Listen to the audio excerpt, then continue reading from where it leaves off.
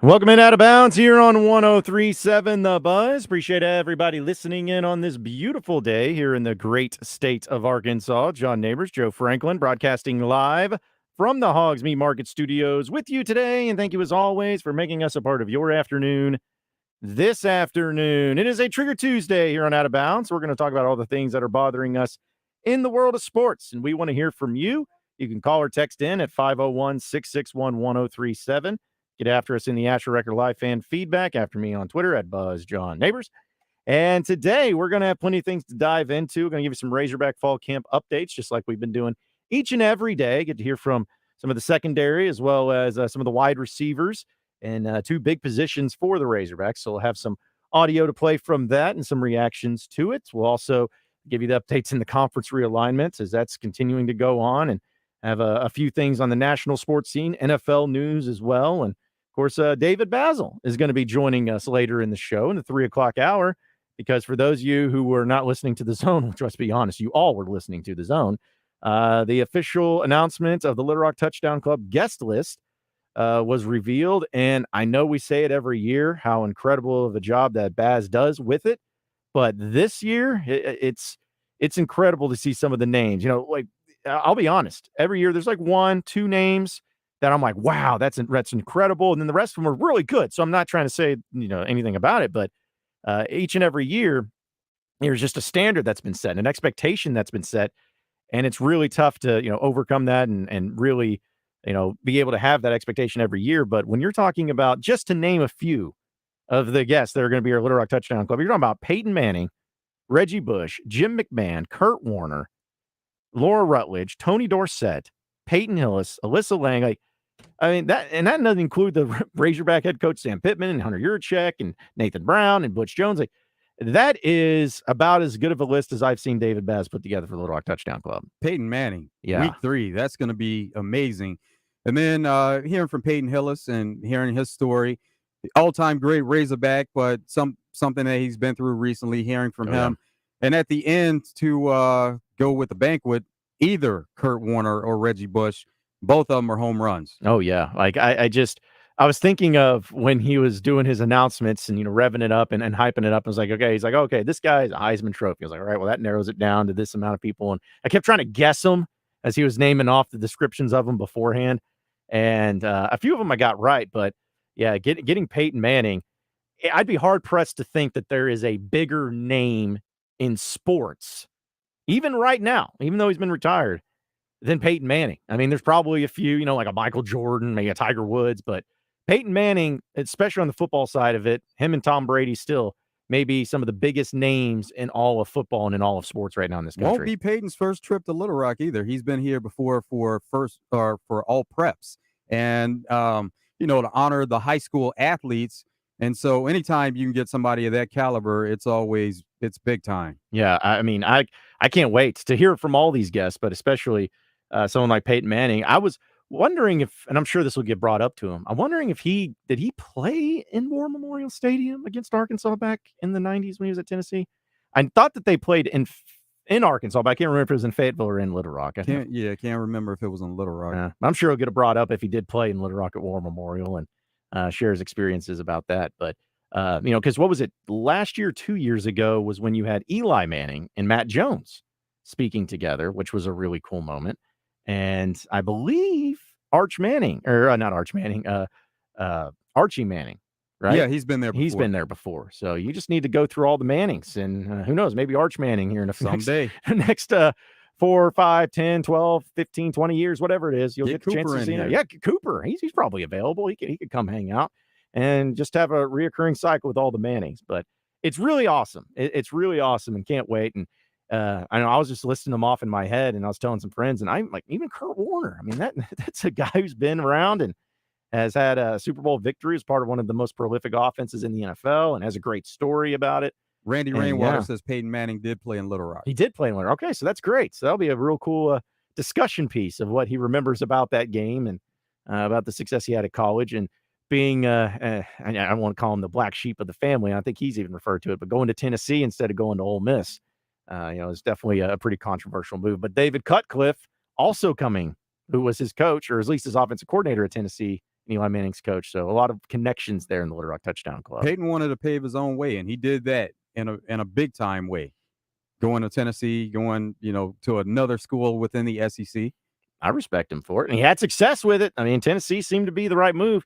Just 1 year too late, because the year after he left is when they actually won the national championship. I'm sure he wished that would have happened, because I think in '97 was that the year when it was like Michigan, Nebraska, and Tennessee all were undefeated or something like that at the end of the year, and then they had like a +1 game, maybe where Nebraska and Tennessee played each other to see who would play Michigan. I don't know if that was how it happened, but I remember there's something where Tennessee had a chance to play for a national championship and win it, but because of all three teams being undefeated, they had to like adjust the rules, because that was before the BCS even happened. That was a year before. They've done that before, where an undefeated team has gotten left out. So it's happened, and that's why there were steps made along the way to try to determine a true national champ, and they're still trying to figure it out. And now they're expanded to 12, so gives a bigger pool of teams with a chance. And with all this conference realignment, we'll see if that's going to change. You know what's really sad is when I look back and think about college football during that time, like how long? Why did they have to wait so long for that archaic system to finally go away, when the champions were decided by like votes by the media, or like that the AP national champion, and you had the USA Today or whatever champion, and the coaches champion. Like, it's like, why do you guys? So everybody had a claim. Years? It never was. I mean, it was unified at times, where each source would have their own, the same champs, but at times there were claims from different places to say we won a national championship because, according to this publication, they had us as the national champ.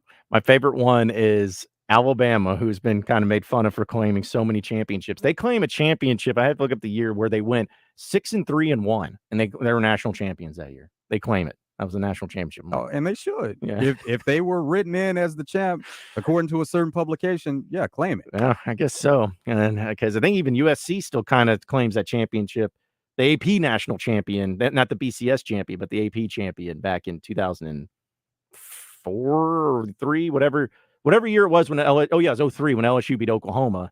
USC was left out, and USC had AP votes for they were the number 1 team at the end of the year. So they were like, oh, we're national champions according to the AP. Hey, claim it if you want to, because nobody else is going to claim it for you. So UCF did it just a few years ago. I forgot all about that. Was that when Scott Frost was a coach, right? Yes. UCF?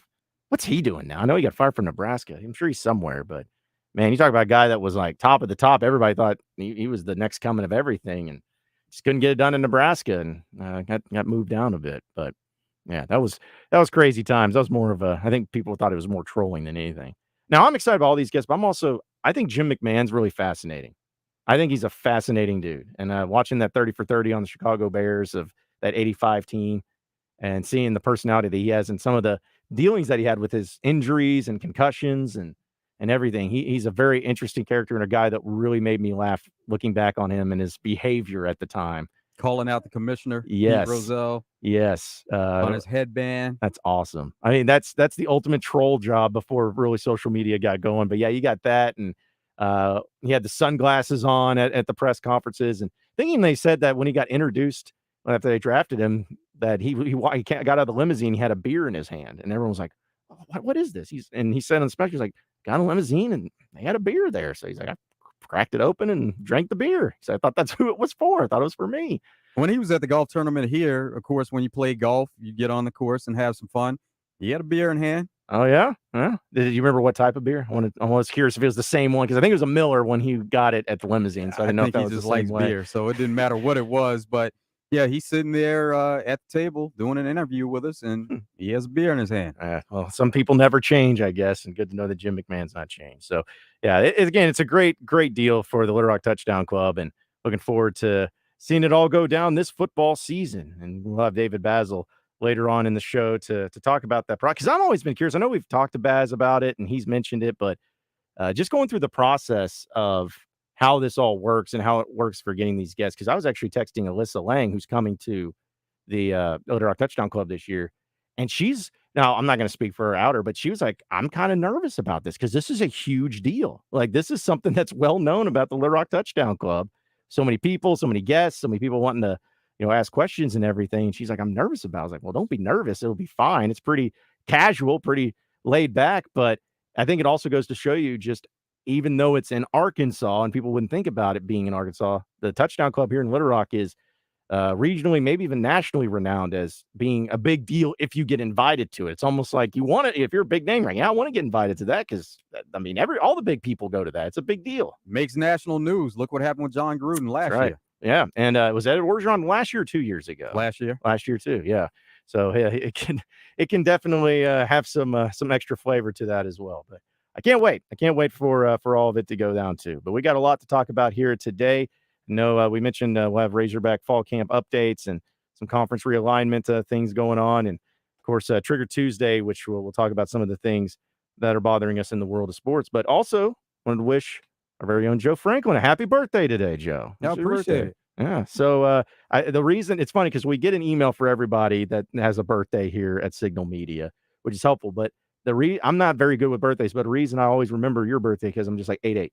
It's very, just 8/8. It's Yeah. very easy to remember from that. Also, So, 8 weeks to the day before your birthday. So that's another 8. like exactly to the day. Yeah. How about that? I said I didn't even know that. So I guess I know my birthday is going to be on a Tuesday this year.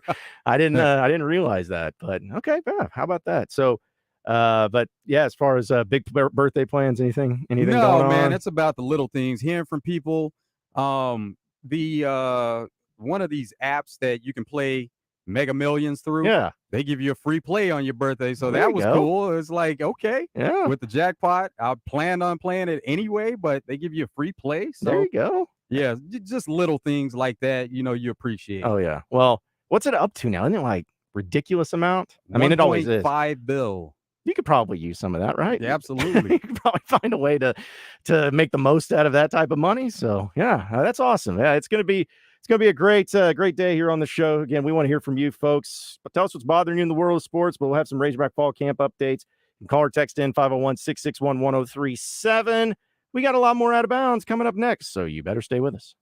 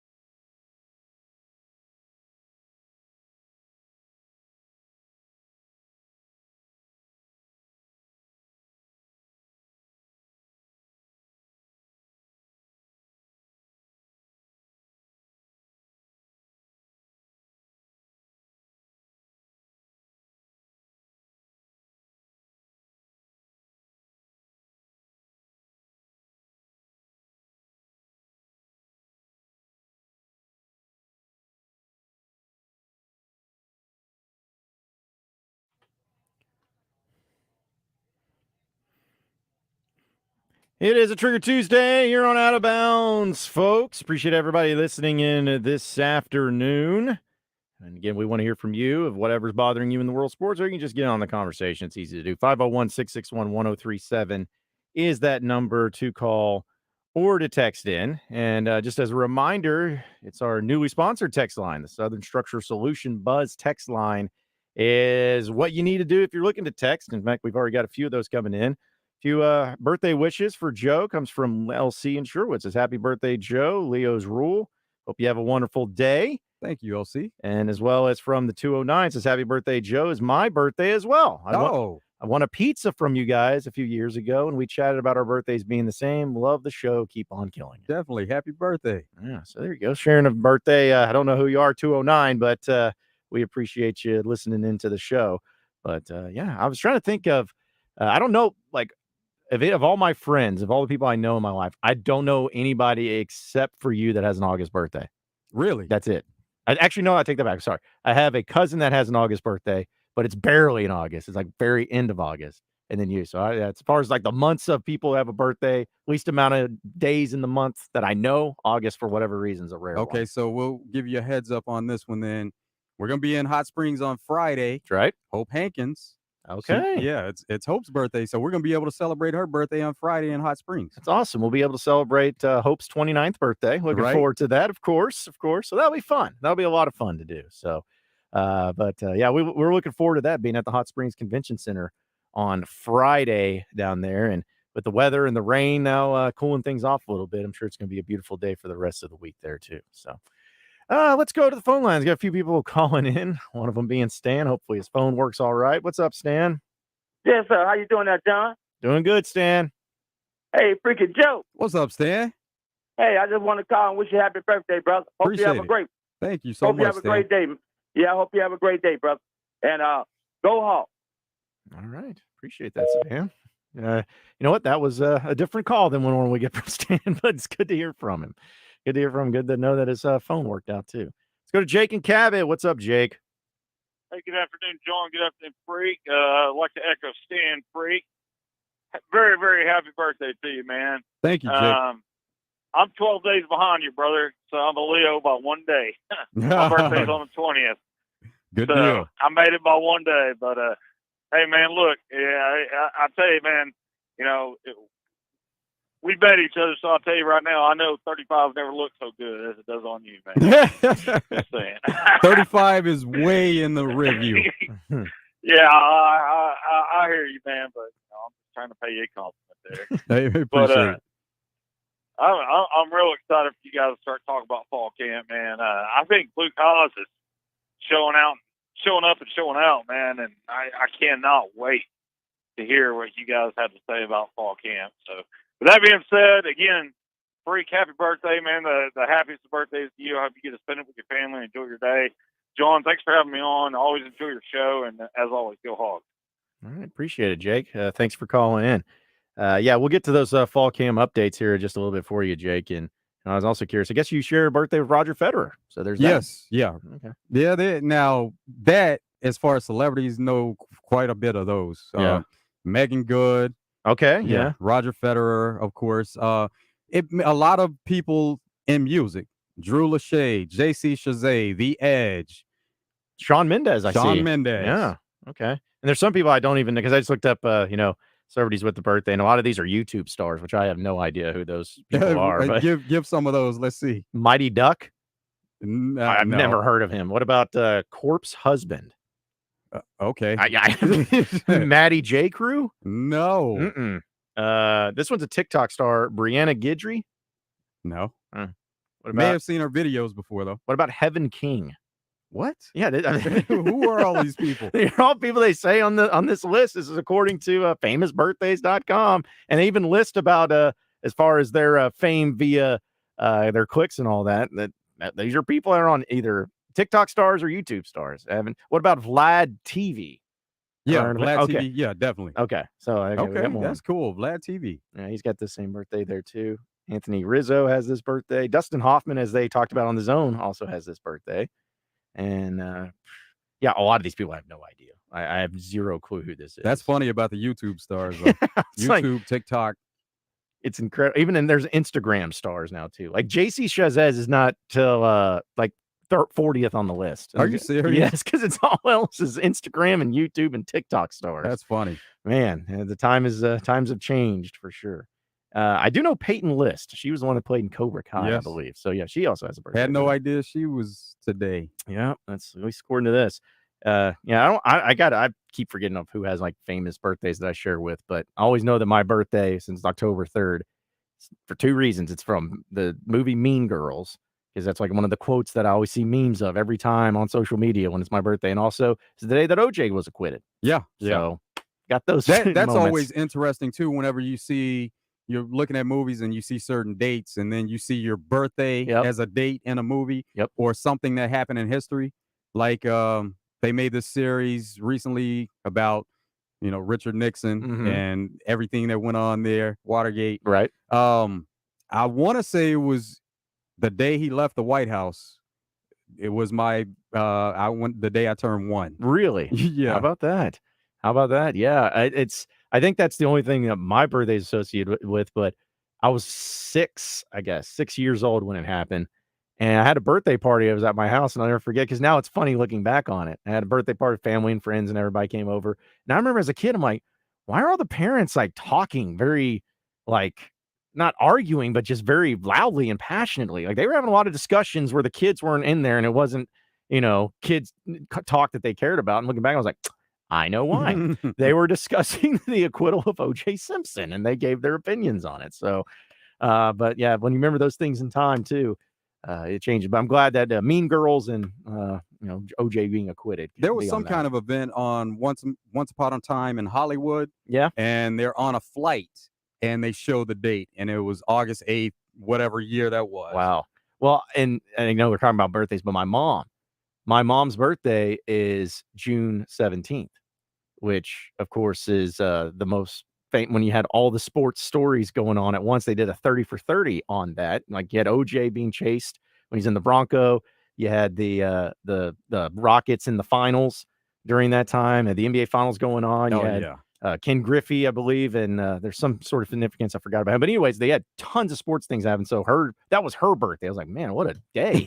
that was a marathon for all that stuff that was going on too. Let's go back to phone lines. Navy Mike's on. What's up, Navy? Hey, what's up, John? And what's up, Joe? Hey, Navy. What's up, man? What triggers me is the whole, the whole fall camp thing, where the whole miles per hour, thing. It's just like, well, we got X amount of players that can run, 20, 21, 22 miles an hour. I mean, I'm like, what does that even mean? Because my truck can go from 0 to 21 miles an hour in like 3 milliseconds. I don't care. When did it go from the good old stopwatch days where, the 40 time was the standard? I mean, Usain Bolt, I think somebody said like back in the day, he ran like 25 miles an hour. I don't even know. That doesn't matter to me. That seems slow to me. A cheetah can run like 80 miles an hour. I mean, get the whole miles an hour thing out of there. Nobody cares. It doesn't matter. I think you just made the point though, Navy, that why it probably is kind of interesting, because the comparisons you used was your truck that could go to 20 miles an hour and how quickly it could, and also a cheetah. It's like these are human beings though running fast. Now I don't know if it's fast or not, but I'm gonna trust Vince Souders, who's done this a long time, and saying that it's pretty good. It sounds good, and I'll go with him. But I don't know. I know I can't run 20 miles an hour. Can you? I can run 15. Yeah. Okay. But there's a big difference though. But what I'm saying is that you can't quantify. Like human beings can't, like your car. Like if you're in your car and you're going 25 miles an hour, you probably get a line of cars behind you. Like that's slow. This just not. It just doesn't matter in the matter of sports. Like where split seconds matter. You know what I'm saying? Like split seconds can make the difference between the first down and going 3 and out. So like just just give us 40s. Well, don't you think that top end speed matters in football? Don't you think that like the fastest you can run, your top end speed matters? I know, but when you put it in miles per hour, in mph. Okay, so you're just upset with the terminology of it, not the fact that they're grading it out. Because that makes it so ambiguous. I don't know how fast we all know how fast Usain Bolt can run. He ran 25 miles an hour, and that's as fast as any humans ever run ever, like in history, at least recorded history. Yeah. So just keep 40s, because 40s are more quantifiable, where you can understand them. You know what I'm saying? So I don't know. But anyways, that's all I got, guys, and y'all take care. Okay, Navy. Appreciate it as always. I don't care about what. I just know what happens on the field if they're fast. Like I don't sit there and be like, man, that guy that's running for a touchdown right there, he's getting to 23 miles an hour. I don't know. I don't care. I just want to know what's on the field. But they're obviously grading it out that way, or at least rating it that way. Speed matters in the game, and it is just a different term, and they've taken a different direction as far as how they describe it. But you know that it's fast. Yeah, that's all I'm going to look at is, hey, it's fast. It's faster than me. And if most of the team is running at that speed, must be a good thing because it's something he's bringing up. I hope that's the case, but we won't really know how fast or how it equates on the field until you see it in action. But so I get that point from it, but there's a lot more that comes through it too. Speaking of fall camp updates, I know we had some interesting stuff yesterday when the secondary, a few players as well as Darren Wilson, the new cornerbacks coach, got to meet with the media and talk about some of the things going on with his team, and they're coming along because let's be honest, the secondary was so bad last year. It's got to improve dramatically in order for this team to have any sort of success.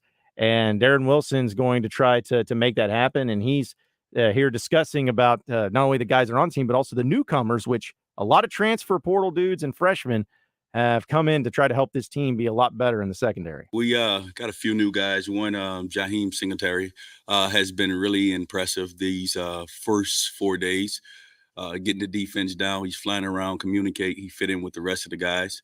Same with Keon Stewart, another new guy that we have, just getting him acclimated, and he's doing a good job. Impressive player. Both of those guys new. When you talk about from a freshman perspective, TJ Metcalf, he continues to impress. If you walked on the field, you wouldn't even know he's a freshman. How he communicates, how he talk, he's impressive. Also, another guy, Jalen Braxton, has been having a really good fall camp. Also, we're just talking from a new guys or freshman perspective. So there's a lot of new guys that are part of this team, and something else that he actually had to say in his press conference. I thought I pulled it, but I guess I forgot to put it on the bar. But either way, he mentioned from last year to this year some of the differences that at least he's noticed of why they're going to be improved.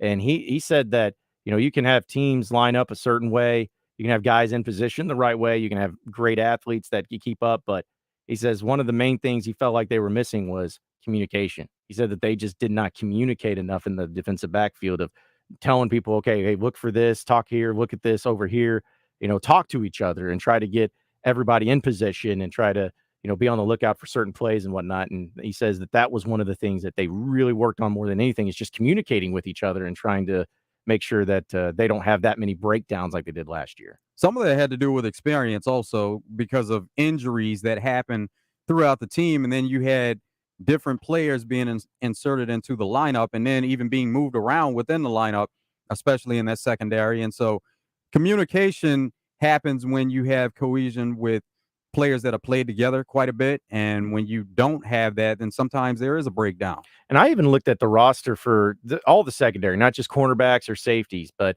if you look at the people that Arkansas has returning in the secondary and also the transfers, they're nothing but juniors and seniors across the board. He mentioned a few of the true freshmen that may get some run. And, Raheem Singletary, the former 5-star at high school, the transfer from Georgia. I guess he's technically a transfer freshman, but everybody else that is going to contribute to the secondary are upperclassmen. Hudson Clark is a senior. You got Dwight McLaughlin's a senior.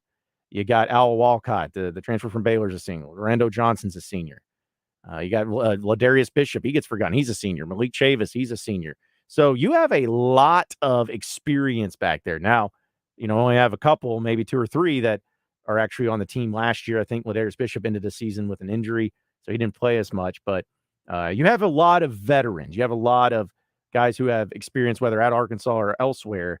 And I think that that's something that's also probably going to be beneficial in the communication and the leadership and in trying to figure things out is when you have some experienced veteran guys back there that understand and have seen it a little bit more and know what to look for too. And then you look forward to the play being better overall. And so that's something it's unknown, but the result of the play last year and then coming into this year, you expect that it would be better. And especially with when there are so many changes within and even starting with some of the defensive coaches, not just the players, you have a lot of change there. And so the expectations are there for the defense to perform better overall, and especially in the secondary. Yeah, because they have to. If they don't, like, because here's the thing, it's like, yeah, it can't get any worse, and you can improve. Yeah, you can go from 131st to 130th. It's like that's not going to help anything.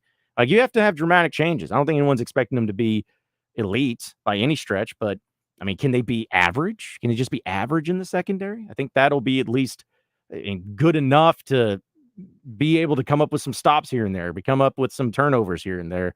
Just be a decent enough secondary to where you're not having to rely on outscoring the opponent to win these games, because you just can't have those big plays. And you want to keep the offense on the field, of course, but last year times were like, man, give the offense a break, because every single time those big plays happening right after another is demoralizing for a defense and for an offense having to kind of carry the load. We've seen over the past couple of years players in the secondary getting lost where receivers would run right by them and they were able to complete those deep balls. And even in games where the team wasn't able to complete the deep balls going against Cincinnati, they weren't able to complete the plays, but you saw that receivers were running past the DBs and that there was potential for that.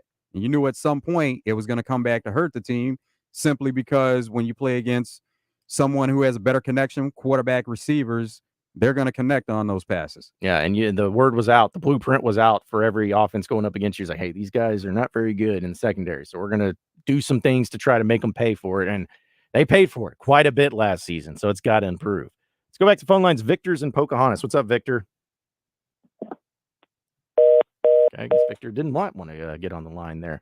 Let's go to the Southern Structural Solutions text line here as from the 870. He says, I think it's not just about miles per hour. It's about how quick you hit your top speed, and that's measured in time. That tells you how quick you are. That's the acceleration part. So it's a pretty good explanation. 870. That makes sense to me, at least, as far as grading out the speed of everybody. But yeah, again, whether it's miles per hour or 40 times or whatever, I don't care.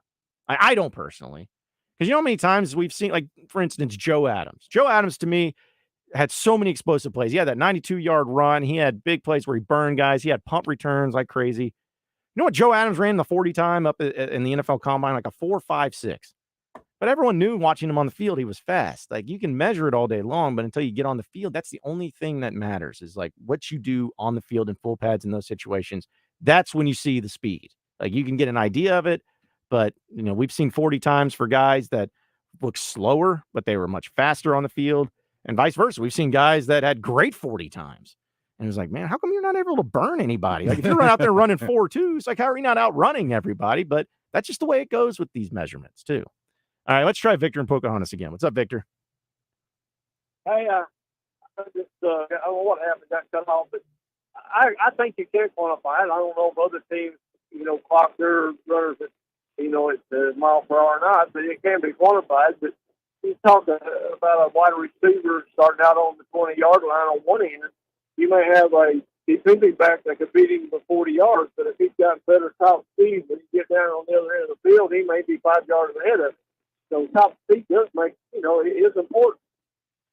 Oh, yeah. Yeah. No, I can completely agree, Victor. And thanks for calling in. I mean, yeah, we've seen top speed be an impact for so many players. I always think about Darren McFadden and hearing about his fifth gear. When he hit that top speed, nobody was catching him. Now, is that going to say that there's someone with Darren McFadden speed on this team? Probably not, but it does matter, and it is way to be measured. That's for sure. We have What's Trending in the World of Sports coming up next. You're Out of Bounds. Stay with us.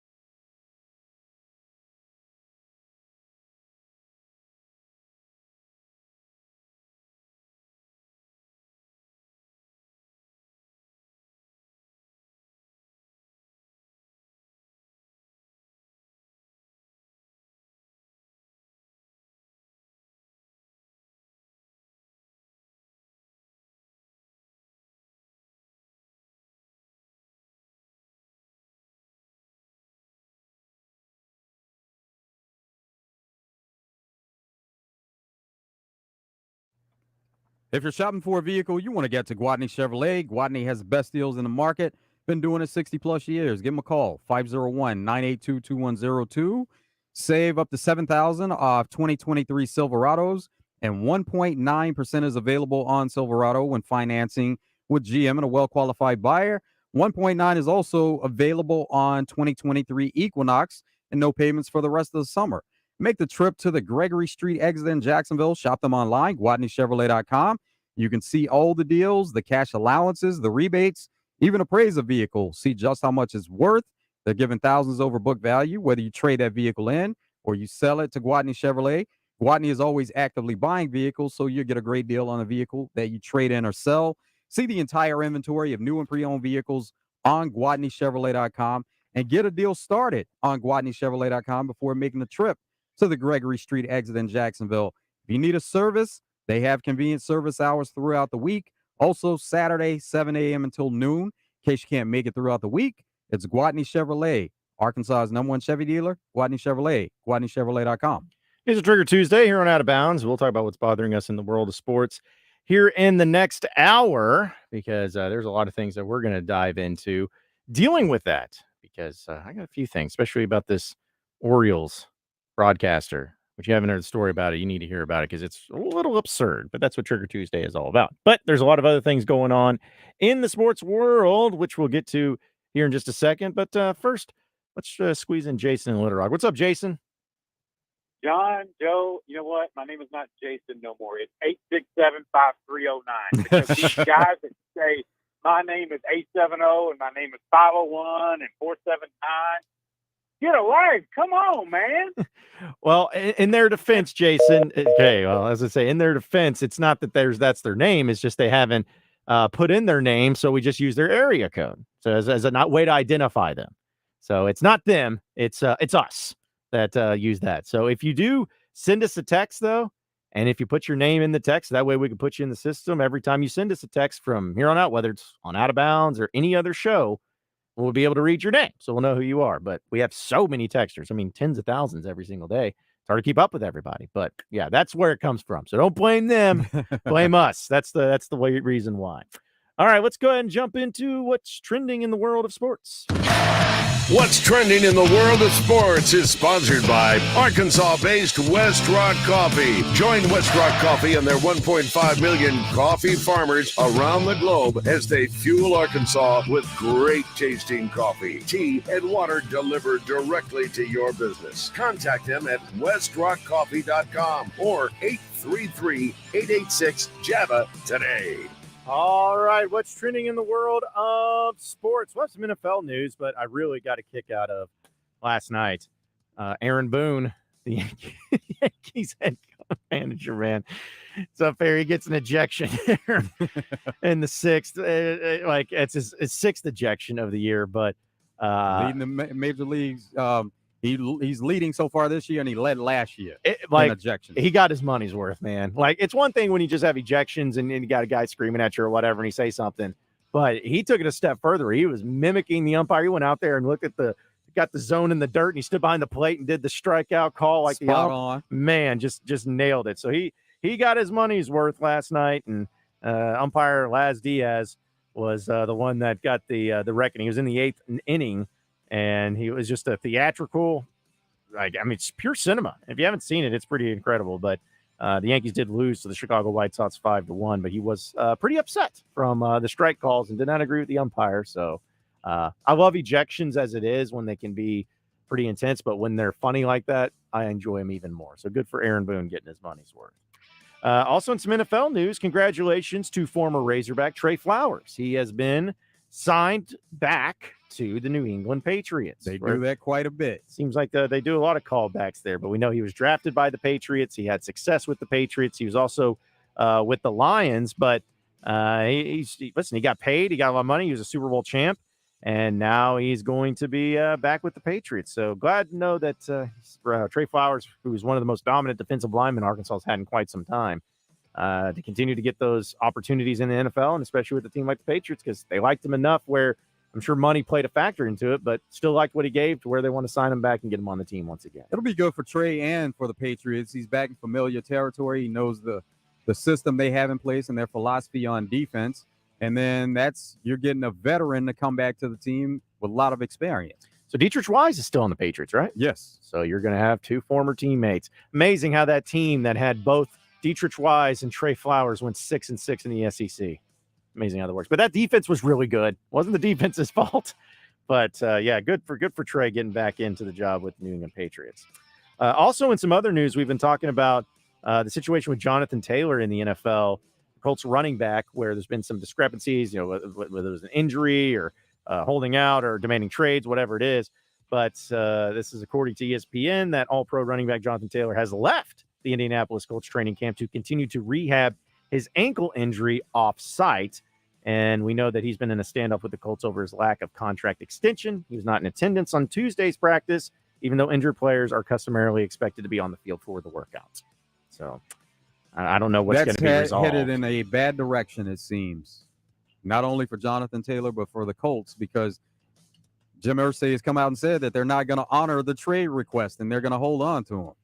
That's really annoying. Like, I know that if you're a Colts fan, you're disappointed by it because you're just kind of like, hey, guys, can we just play football here? Jonathan Taylor's really good, but it goes back to running backs, maybe not being valued in the way that he should. But, yeah, I'm with you. It just doesn't sound like there's going to be a happy ending to this marriage of the Colts and Jonathan Taylor. And they need Jonathan Taylor. They need a player of his caliber. They're breaking in a rookie quarterback in Anthony Richardson. He could help Anthony Richardson quite a bit, and he's somebody that can be vital in the rushing department too, as far as Anthony Richardson. But you got your quarterback, your running back, that combo. We know how deadly that could be. Yeah, I don't understand it. It seems like it could be valued to them for the Colts and for Taylor, but yeah, it just doesn't look like it's going too well over there in Indianapolis for them. And Joe, I'm sure you'll know more about this than me, but it looks like Logan Paul is going to be returning to boxing. Not Jake Paul, Logan Paul, his brother. And he's, of course, the YouTube fame, too. He's going to be facing off against, is it the Laters' Dylan Denise? How do you say the name? Yeah, I have to look at the name, but yeah, I know exactly. Yeah. So it's unclear. It's a pro fighter exhibition, but the card will be promoted by United Kingdom influencer boxing promotion Misfits. So those you're tired of the Paul brothers, don't worry, you got another one getting. How long? Because then I know Logan fought, but how long has it been since he's fought? I feel like it's been a minute. Floyd was last time he fought as far as boxing. Right. When was that? How was that last year or 2 years ago? It's been within the last couple of years. I guess he's seeing all the money that his brother's making. He's like, hey man, I need to get in on this. But he just had a WWE event, so it's not like he's lacking for any kind of money. But it's Dylan Dennis. Dylan Dennis. Okay. Just want to make sure I pronounced it right. And okay, I guess if I just would have kept on reading, it says Floyd he has not boxed since Floyd back in June of 2021.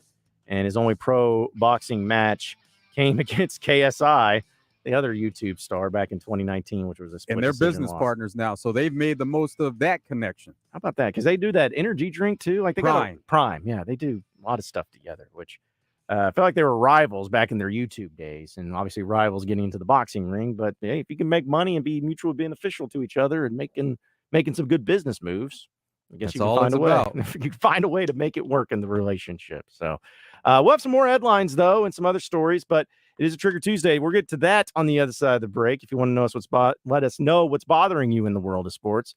Call or text in 501-661-1037. We'll get to all of those as well as some other storylines and keep it moving here on Out of Bounds in the second hour. Coming up next.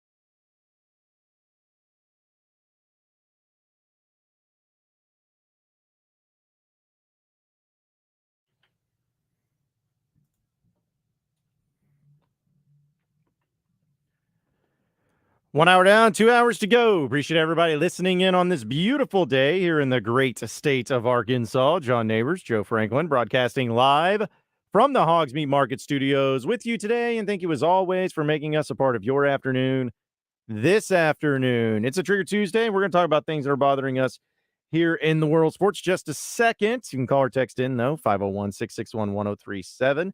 Get after us in the Asher Record Live fan feedback. After me on Twitter at Buzz John Neighbors. And before we get to Trigger Tuesday, though, we had a few people texting in on the Southern Structural Solutions Buzz text line that were wanting us to discuss a few things.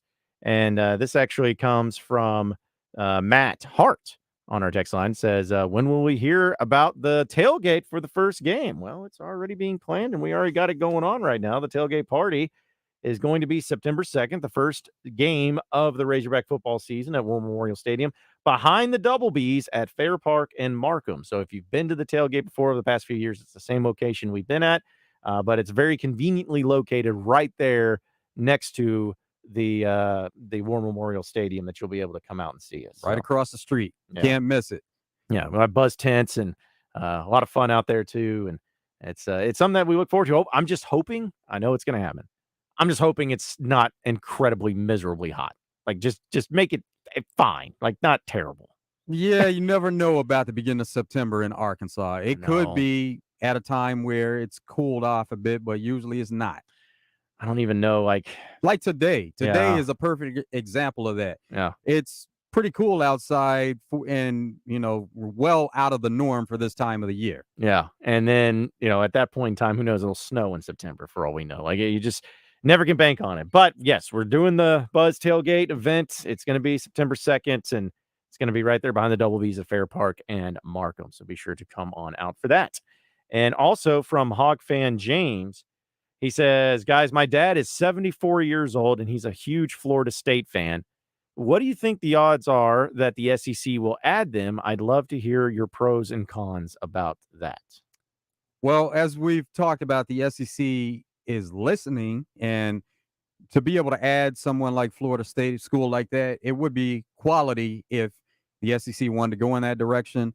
The problem that has been there in the past, though, is Florida. Mhm. Florida has kind of blocked something like that as far as with Florida State, Miami, and really looking into it. And that's not to say that they had, they're so outspoken to the point where, the SEC is going to say, well, if Florida is against it, we're not doing it. But there have been issues in the past with even thinking about it because of Florida and wanting to protect them. Yeah, I always thought that was the case of certain teams getting in or not getting in, whatever it may be. But I feel like, not that it's fully gone away and they wouldn't consider it, but after Texas joined, and Texas A&M probably didn't want them to join. After that happened, I think the SEC is like, you know what? Since we have all the power, you can either leave the conference if you have an issue with it, or you can just shut up and let them come into the conference. I think that's probably the angle they're going to do. So if Florida State wants to join the SEC and the SEC would be interested in bringing Florida State in, I don't see what would be the holdup there. I don't think there'd be really any major cons unless you're a Florida fan, something to that extent. But I mean, you talk about that just adds to the rivalry within the state. Yeah, it adds to the rivalry. It becomes a conference game instead of a non-conference game. So Florida may have a little bit more because they're playing Utah and Florida State this year. Like Florida is in their non-conference, so it could open up more opportunities that way. I think it's great for all the other teams in the SEC because you get to play another big brand of a team in Florida State the more often, and not only just in football, but they've got a good basketball program down there. Leonard Hamilton, they got good baseball too, and so. I don't think there'd be really any cons to adding Florida State to the SEC. Not at all. Yeah. But you're looking at a couple of conferences. It would be either SEC or Big Ten. Mm-hmm. Big 12, there could be a possibility there, but it would be more likely SEC or Big Ten. Personally, I'd rather have Miami if I had my druthers between Florida State and Miami. Join the SEC, but it's about two teams at that right. point. You're not going to just add one, so maybe they become a package deal. I'd be fine with it. I'd like to take a road trip to Miami. I mean, it's a good, cool place. I hear they got stuff to do down there. So, yeah, that's again comes to the whole craziness. Not saying Miami would join, but we've seen like yesterday when it was being reported that Cal and Stanford are looking to join the ACC. and the absurdity. It's like I can't imagine, Arkansas fans say we're going to go down to the conference game in Miami. It Wouldn't seems that be absurd. nice? Oh, it'd be great. Like, especially if it's like later in the year when the weather's getting cold here, you get to enjoy a little bit more down there and live it up on South Beach and have a good old time. Is their campus? Is it Coral Gables? Is where their campus Yes. is at? Okay. Yeah, I've been to Miami a few times, and I meant to go visit the campus one time. I just was curious to see it, but I'm sure it's pretty nice, and I'm sure it's is it a private school still? I don't remember if it was a private school or not. I remember it's very tough to get into. It is that for Yeah. sure. Couldn't remember if it was a private school or not. But yeah, between Florida State and Miami, I'd welcome them all. Like, there's not really a team at this point, folks, that at least me personally, I would be against joining the SEC. Like, if you told me Clemson was joining the SEC, I wouldn't be like, oh, but no, this is out of hand. This is too much. Like, I don't see any team right now that I would be anti them getting into the SEC because it's just the way it's going. And the bigger the conference, the more different teams you can play. And I wouldn't have a problem with it. So the more the merrier at this point in time. Especially when you're talking about quality schools. Oh, yeah. Yeah. Like Clemson, Florida State, Miami, North Carolina has been thrown around. I think that would be great. So for football, basketball, and baseball. But I mean, who knows? Who knows at this point in time? Like tomorrow could be an announcement that Ohio State's joining the SEC. Like, obviously, that'd be far-fetched. But it's just so random right now and unexpected. You don't know what's going to happen here in the next few days. But to answer your question, Hawk fan James, I think we'd all be in favor of Florida State joining. I've never been to Tallahassee. I don't know if that's if I'm missing out on anything, but it would be pretty fun to see some Florida State matchups against some SEC teams pretty frequently. All right, well, it is a Trigger Tuesday, so let's go ahead and jump into what's bothering us in the world of sports. I'm angry. I'm spitting angry. I'm like a tornado of anger, swirling about. My heart rate is dangerously high right now. Triggered Tuesday, where you let everyone know what's offended you in the world of sports on Out of Bounds. All right, this is Trigger Tuesday, and I'll go ahead and start off with this pretty big story. I don't know if everyone has heard about this, but Baltimore Orioles broadcaster Kevin Brown got removed from the broadcast yesterday. He was doing the broadcast, and he said some of the most asinine, inappropriate, horrendous comments you would ever hear on a broadcast for anything on television, much less sports. I mean, this is terrible. I can't believe he would say these things. Take a listen to what Kevin Brown had to say that got him removed from the broadcast yesterday. Brandon Hyde has felt like this has been maybe the toughest ballpark to play in, but the Orioles have a chance to do something special today. They've already clinched at least a split in the series, winning 2 of the first 3, and they could pick up a series win behind Tyler Wells today. It's been a minute. The Orioles split a 2-gamer with the Rays in June. They had lost their last 15 series here at Tropicana Field. You have to go back to when our now colleague Brad Brock picked up the win in the series finale, June 25th, 2017, the last time the Orioles won a series here at St. Pete. Already got 3-2 at the Trop this year after winning 3 of 18 the previous 3 years combined. It is a stark difference, Ben, and it is not a bad Rays team. It's not like all of a sudden the Rays became slouches in the American League East. They've led this division every day, but now 2, and the Orioles once again are back alone in first place. Can you believe he said that?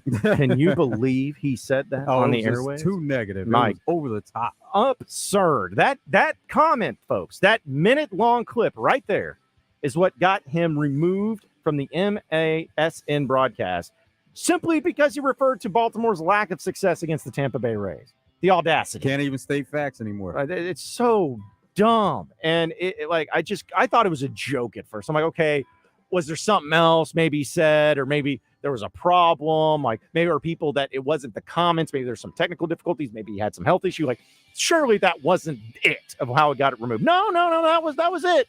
That was it. And listen, we're in broadcasting here on this show and on this station, and there's a lot of things that get said, and a lot of positive, a lot of negative, a lot of things that maybe pushing the envelope a little bit at times. But I can't imagine anybody feeling comfortable, no matter what, removing somebody for just stating facts. And in fact, I felt like he was almost being like in a complimentary way of saying, hey, this team with the Orioles is rolling right now. They have struggled here, but this is how long it's been. But now you got to feel good about going in and taking care of business and winning this series. Like, That's the way I took it, but they removed him. They don't want to hear about the struggles. They just want to hear about the great times and the great things the team has going on. Yeah, because the Orioles have so much of that. Gee. So anyways, it looks like the reports are saying, though, he is going to return to the broadcast booth on Friday. Well, that's good. So that's good to know, but I just cannot believe that was a legit story of how they removed him for that. That's soft. That is so soft. Good for him coming back on, and good for him stating facts and sticking with it. I hope he continues to do that, but what a weak move by the Baltimore Orioles organization. What triggers me is some of the hate that goes out towards the U.S. women's national team. Now, criticism is deserved as far as their performance, the play that was there, but it's almost like people wanted them to fail or couldn't wait for them to fail to be able to bring out some of these things that they're throwing their way. Where was this before? Like, they were winning. And so if you felt this way about them, why wasn't it stated before? And there have been personal attacks on certain players because of their views outside the game of soccer. But it's like, if you felt that way, why didn't you say anything before? You waited on them to fail. You waited on this moment to bring it out, to really just kind of pounce on them. And so that triggers me, because should have said something a long time ago and not just waiting on the moment. But that's what happens in sports all the time. They wait on a moment where somebody is down and everybody wants to pile on while that person is down. Yeah, because politics aside, like, you can agree to disagree. And I've always have felt, and this is just my opinion, that the less you have, your political side of things on the forefront, and you're in that state, or if you're in that realm of sports or whatever, the less issues you're going to have for people, rooting against you or hoping you fail, even if you're on a team that they want to root for, whatever. Like, it's going to cause those problems. However, it goes back to what you said, Joe. Everybody does it. It's almost like a human nature. Like, we see it all the time in sports, whether it's players or coaches. Everything's great if you're winning, or no one's saying anything if it's winning. But if you have that one struggle or everything, people are going to bring up that DUI you got last year, or they're going to bring up that time that you got busted for drugs. Like, they're going to bring up negative things when you fail to just pile on, and that's kind of what I've always said. And I mean, again, politics aside or anything, it sucks because it's the way it is, and it's no matter who it is, it's going to be that way. But it is annoying how it just comes that way and comes out to the forefront, and then you got people going on the defensive side for all of them. It's just a mess that does seem so unnecessary. There was even a meme put out where you saw Sweden on one side of it and you saw U.S. on the other side, and it was like, one of these teams loves their country, and they're really excited about playing and winning, and then there's the other. Oh yeah, see, there's going to be a lot of those memes coming. I saw so many of them. Some of them were pretty clever. I'll give them that. Some of them were pretty funny, but yeah, that's unfortunate that it had to be that way. Another thing, though, that I'll throw in that has triggered me, at least in the world of sports, we'll call it sports, barely sports, but it is sports nonetheless, is that EA Sports, the video game company, for those of you who may not know, they've made been around forever for one, but mainly have been known for their Madden video game series. Madden's been around a long time, and if I'm not mistaken, is still the highest selling sports franchise of all time. And they've never really had any competition at EA Sports. They've had NBA games like NBA 2K has become very popular and is, to me, a much better and superior product. But if you're a video game person, EA Sports announced officially that next summer, is when their college football game will be coming back out, which has not been around since 2013, 2014. And I was one of those guys that played it all the time as a kid. And I know people are excited about it finally coming back now with NIL being a part of it, because that's the reason it went away, thanks to Ed O'Bannon.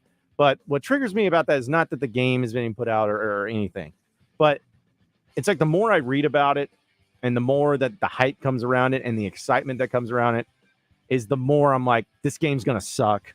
And it's because EA Sports, I feel like they've done a horrible job with Madden over the past 8 years. Like, it has not been the same.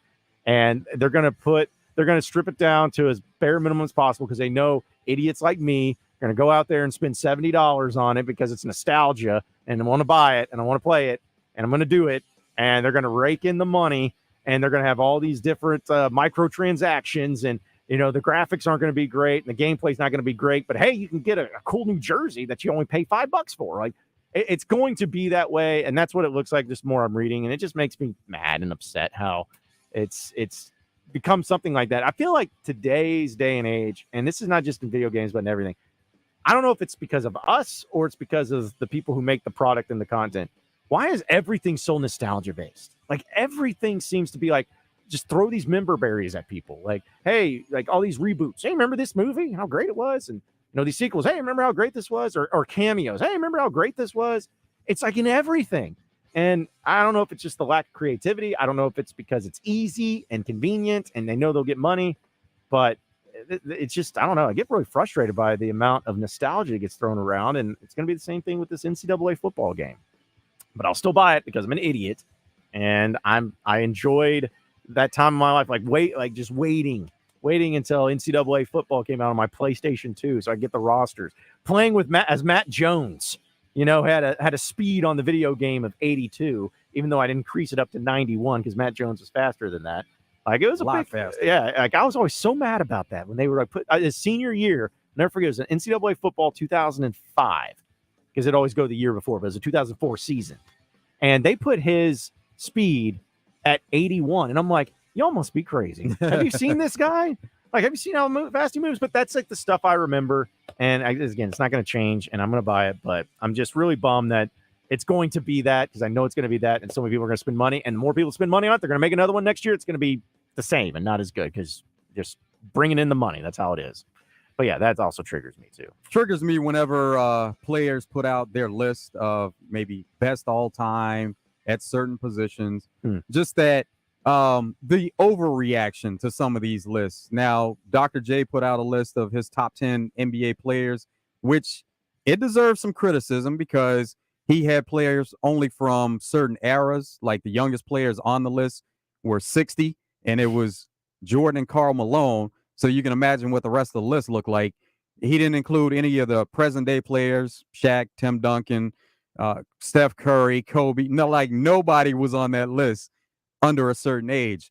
So Steelers receiver George Pickens put out a top 5 receivers list here recently, and there was one outlier, but once again, it triggers to go over the top about somebody's personal opinion in their list. Top 5 is crazy. 1, Calvin Johnson. Yeah. And this all time. It's all time. Yep. 1, Calvin. 2, I'm gonna have to go Randy Moss. Yeah, okay. Like it. 3, Jerry Rice. Statistics, 4, Julio. 5, this is my personal favorite, me. You know what I mean? Okay, say no more. Say no more. 5, one of my guys that I used to watch, that I always used to watch, it's just me, is Michael Crabtree. That's my favorite. Hey. Okay, this is your list. Yeah. This is your list. So that's the one that everybody was going crazy about, Michael Crabtree in his top 5. But he did go over the top and saying, this is my personal favorite. Yeah. So he included him within that top 5. See, I think there's a difference if you say these are my top 5 favorite and then the top 5 like greatest. Like, but think about that list also. He didn't have Jerry Rice number 1. No, he had Calvin number 3? Johnson number 1. He didn't have T.O. in the top 5. No, didn't have T.O. in the top 5.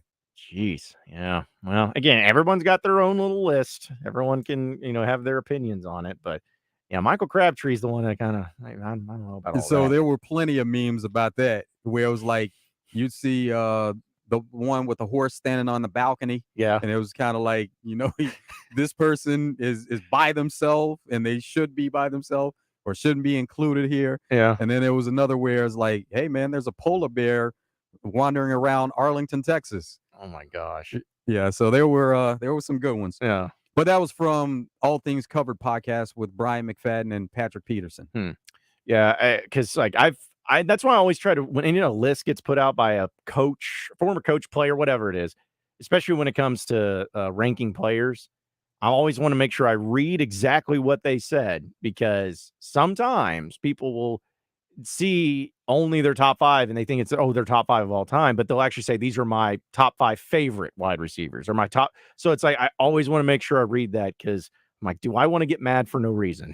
I don't want to do that. But everyone's got their own opinion on it, and that's what makes it interesting. So we've also got a few of you texting in on our Southern Structural Solutions text line, as well as our Asher Record Life and feedback getting in on Trigger Tuesday. So we'll Definitely read some of those on the other side of the break and continue to bring those in. 501-661-1037.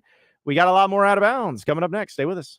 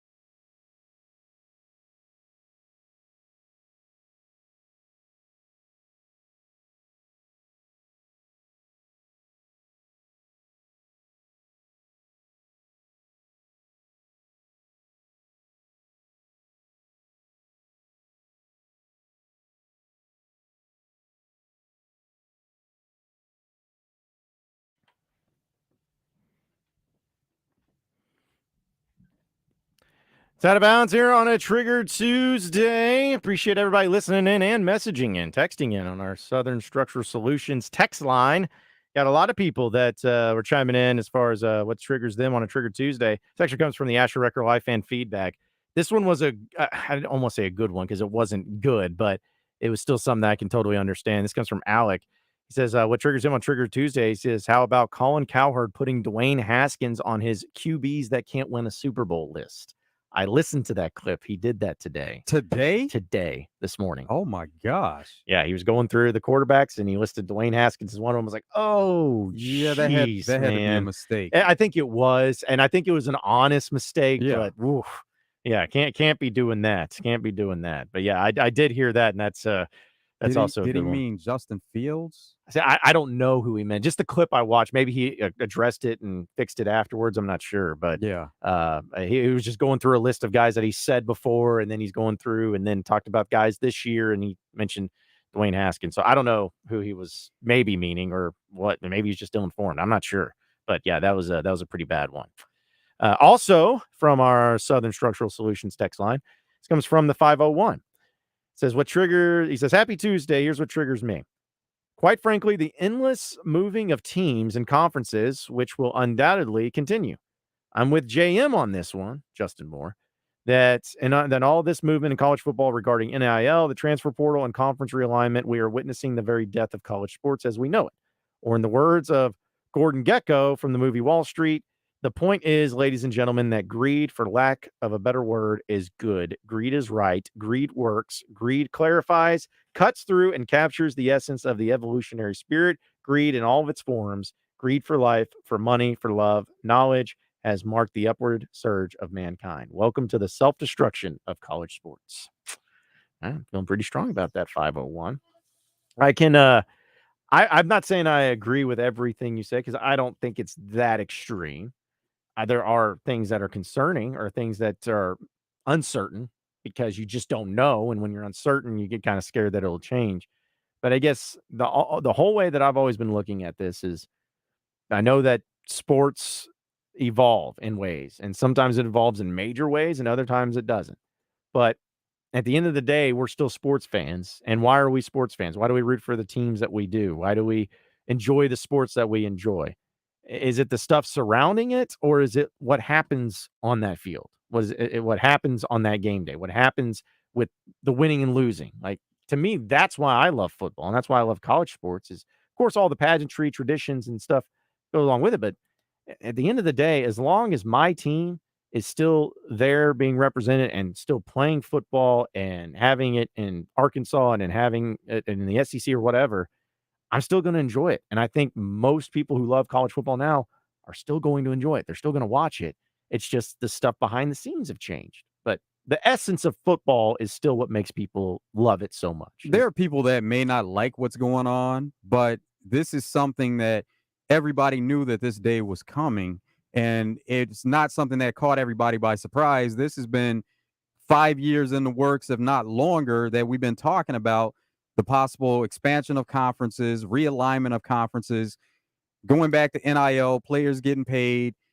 We knew that the day was going to come where things would change to this degree, where it was going to look more similar to what's going on at the pro level, more so than college and amateur sports. So may not like it, may not have ever cared for it, probably won't ever care for it, but this day was coming, and it's been there all along that we knew it would happen.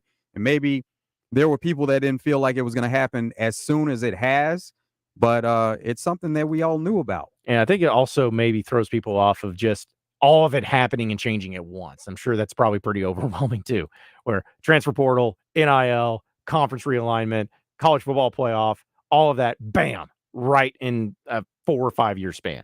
So it's probably the sudden movement that has really changed a lot of people's minds and hearts about it. And again, I'm not hating on anybody. If you have issue with it or if you don't like it, I'm not going to try to change your mind or think that you're dumb. It's just a matter of your own personal opinion.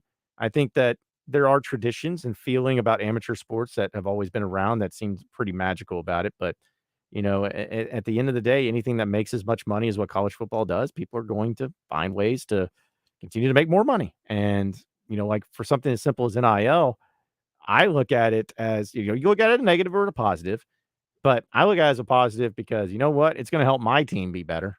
Like at the end of the day, if Arkansas Razorback football ever wins a national championship, which I hope happens in my lifetime, not holding my breath, but if they ever did, am I going to care about how much those guys got paid? Am I going to care about what conference they're in?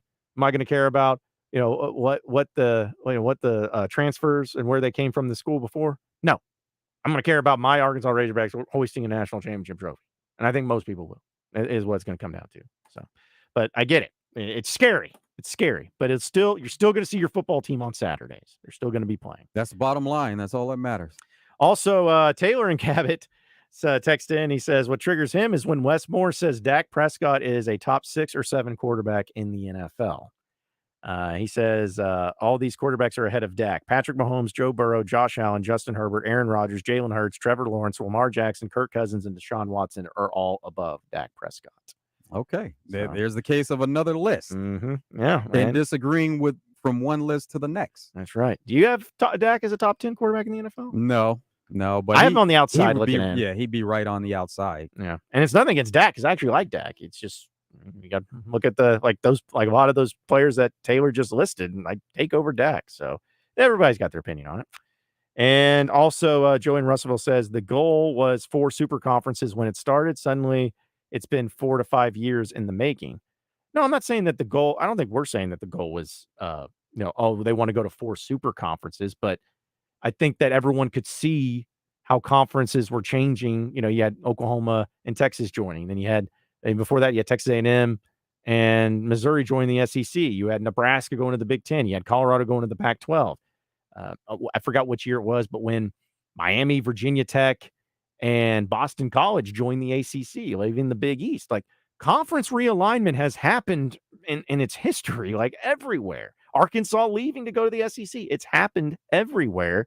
It's just now it's not based on it, at least from the regard of fans, but from the schools and everybody, it's based on how much money, because more money you get, the better things you got going on for you. And it's just, again, happening all at once. That's the biggest difference. The domino effect. Right. If this thing was a 10-year stretch of all these teams jumping, nobody would say a thing. But because here in the past 5 minutes, we've had teams from the West Coast joining the ACC, craziness like that, it's hard to keep up with. But it's been going on forever. And I think everybody kind of felt like there were going to be conferences that were going to continue to expand and other conferences that were going to continue to dwindle. It's just the reality. Now it's kind of to the point of where does it end? And there are people that probably don't see an end in sight simply because there's been so much movement here recently. And now they're wanting to know, where it ends, and they want to just know where to pick up from. And now this is what it is, and everybody understands what it looks like. But right as of this moment, we don't know. There could continue to be more movement, and that's why it's so scary for some people. Yeah, it's a fluid situation. You don't want the labor pains, you just want the baby, is what most people are looking at too. And hey, here's a great counter from the 870. What triggers me is all the complaining about change. Hey, it's part of life. There you go. It's definitely that. Yeah, because I mean, Joe, I know that look at all the sports league. Would you say the NFL has changed pretty dramatically in the past 20 years? Yeah. And the NFL, they look to make changes every year as far as some of the rules and some of the elements of the game. So that's something it may not be major changes all the time, but they're always looking to try to improve the game year in and year out. I don't want to speak for everybody, but folks, I am telling you right now, do you know how many people were fired up about the fact that they were having a pitch clock in baseball? People were mad about that. They're like, why are you changing it? Not everybody I know, but I have a lot of good friends that are diehard baseball fans. You know what they say now? They like the pitch clock.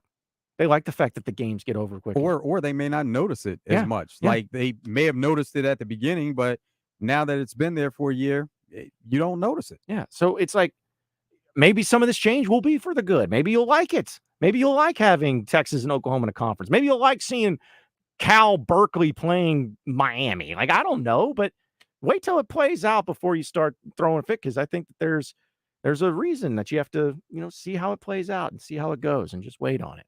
And that's there was something that happened here recently within the past few days where there was a player that was about to strike out, and because the pitcher didn't get in on the pitch clock, then the player was able to take the base. And once that player got on base, then the team went on to win the game. Oof. So there is some kind of consequence to it, but players know what the consequences are. And sometimes that could have an effect on not only the player, but the team. Because I feel like I'm not saying I've seen every single baseball game this season in majors, but I feel like the frequency of those strikes or balls getting called because of the pitch clock are pretty few and far between.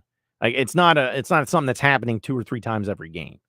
I even remember on the college baseball level, I went down to Arlington to see Razorback baseball playing that college baseball showdown or whatever it was called.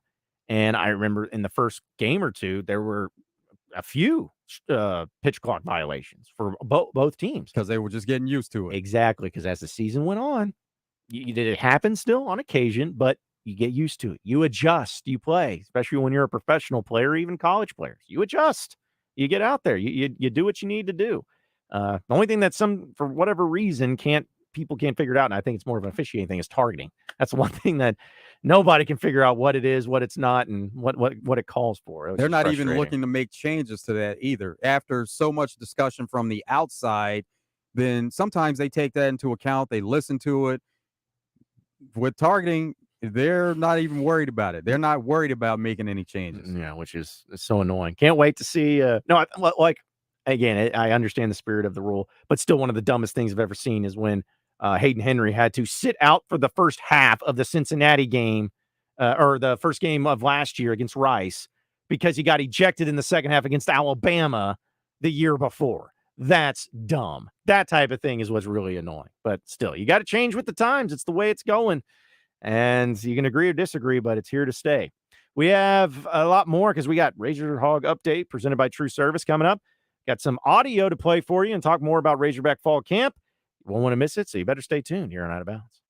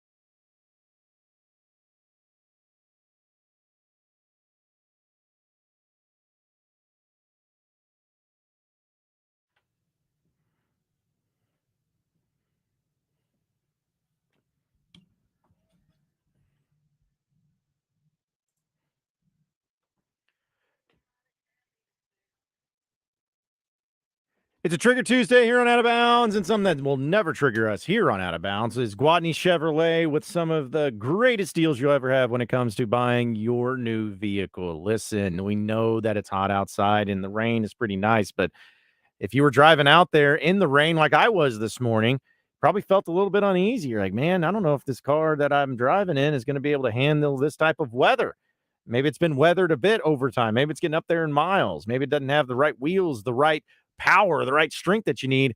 Well, get rid of it and go over to Gwatney Chevrolet, trade it in and get you something real nice because they have plenty of inventory to choose from, whether it's Chevy Silverados, Tahoes, full-size cars, vehicles, Equinoxes. They got it all, and they're going to make sure that they take care of you. They got a great sales staff, award-winning sales staff over there that'll make sure that they get you in a vehicle that you want and that you can afford. And then you can always take it back to their award-winning service department on any of the maintenance that you're going to need on your vehicle.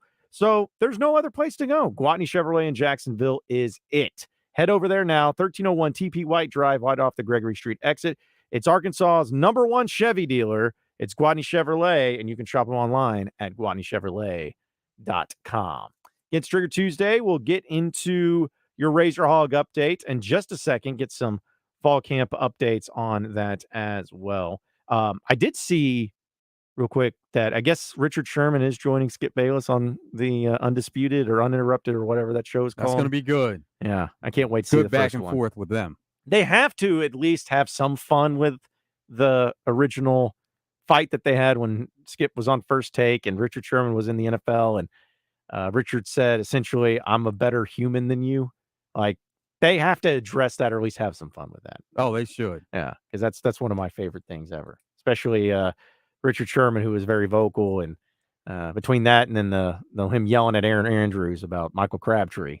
Crabtree. Yeah. He triggers everybody for some reason. I'm telling you, he was upset by that. But, yeah, he's like, he said, sorry, wide receiver like that. Don't you ever talk about me. She's like, who was talking about you? Crabtree. He's just so mad. So mad, but he got the dub there too. Was 49ers was with Crabtree, right? And it was Seahawks 49ers? Yeah. They had some nice battles in the playoffs and they're division rivals. Oh, yeah. So the rivalry goes deep with those two. Yeah, extra heat behind it. Stats in Conway. What's up, Stat? Well, I had a take. I was going to use it, but then I found out that it was the Freak's birthday, so I'm being nice today. So happy birthday, Freak. Appreciate it, Stat. Hopefully the kids take care of you and the co-host takes care of you too. Quick question though.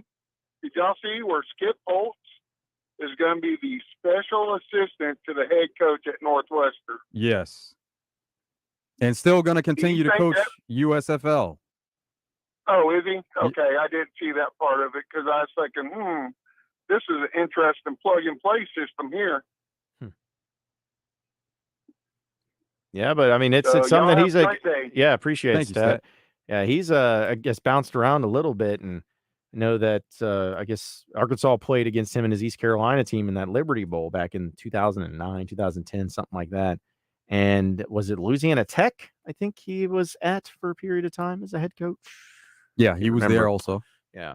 Did he take over as a Power 5 job anywhere, or was it just at Louisiana Tech? Or maybe SMU. I don't know. I'm trying to keep up with it. I know he moved around quite a bit, but I mean, when Roy Holtz is your dad, you kind of have to be a coach, it seems like. And he's had plenty of success, and he's lined himself up for other opportunities if he liked, and especially taking this role with Northwestern, but back-to-back champs in USFL. Yeah. So the guy can coach. Yeah, he's still got it going on for him for sure. All right, let's go and jump into your Razor Hog update presented by True Service. Guys, I've got just one thing I want to say to you. Touchdown, Arkansas! Arkansas wins the national championship! The Arkansas Razorbacks have completed the dream season! Hogs by 90!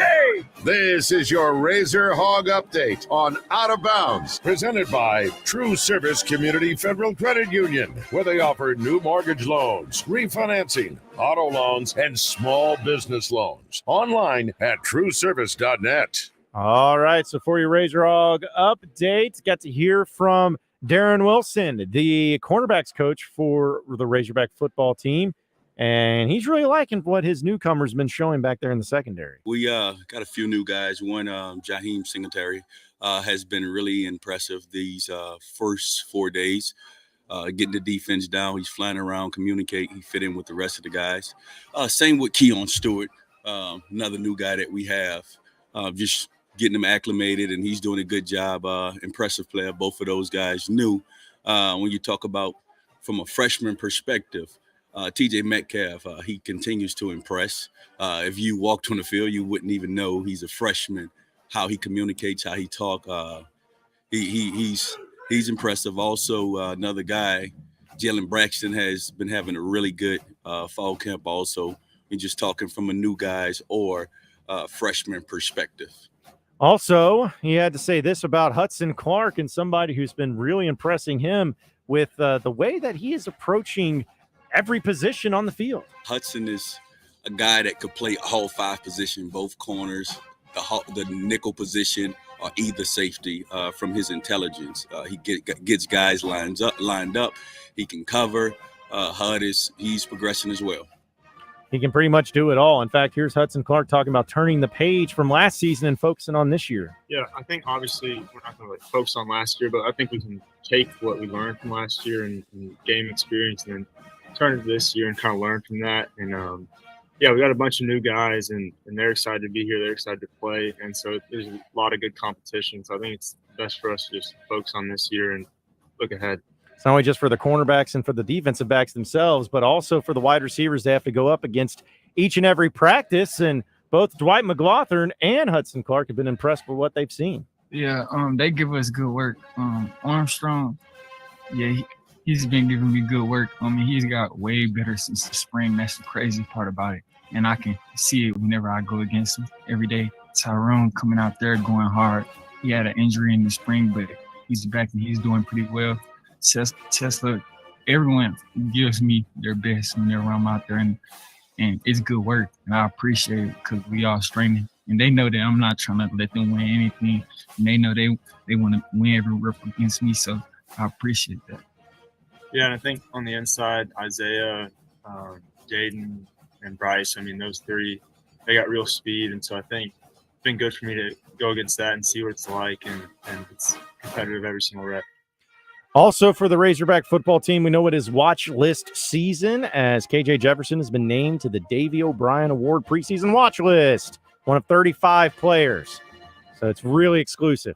The nation's top quarterbacks being named to the preseason watch list for the Davey O'Brien Award. So a lot of things going on with the football team, and we'll know some more from the wide receiver group, I'm sure, tomorrow.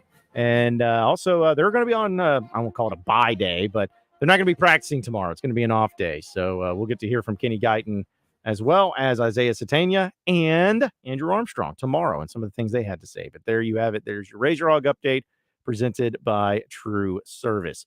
We will take a top of the hour update when we come back. David Basil, our very own, is going to be joining us as the Little Rock Touchdown Club has officially announced their guest list where he's going to be coming to town this football season, and it is a monstrous one. We'll talk to him about that list and the excitement surrounding the Little Rock Touchdown Club itself. And we'll keep it moving here in the third hour of Out of Bounds coming up next.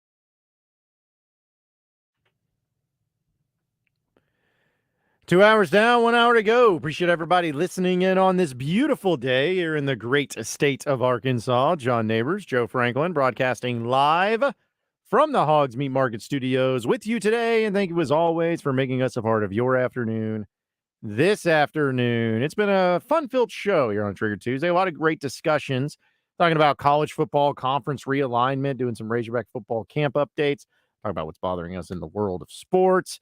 Having a lot of fun with it here on a Trigger Tuesday. But as those of you who may have been listening to the entire show, which we appreciate you if you did, that's a dedicated listener you are.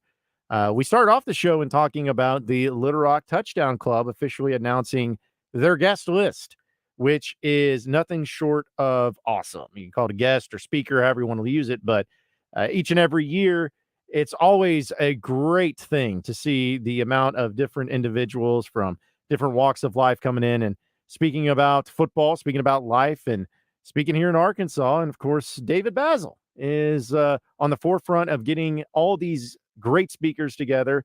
And so we're going to talk to him about it and do a little promotion here. We don't do it enough of having David Basil on our show, but here he is now on the hotline. And Baz, appreciate you joining us. Are you a little relieved now that it's finally booked? You know, you're confirmed everything. Do you feel so much better about it now?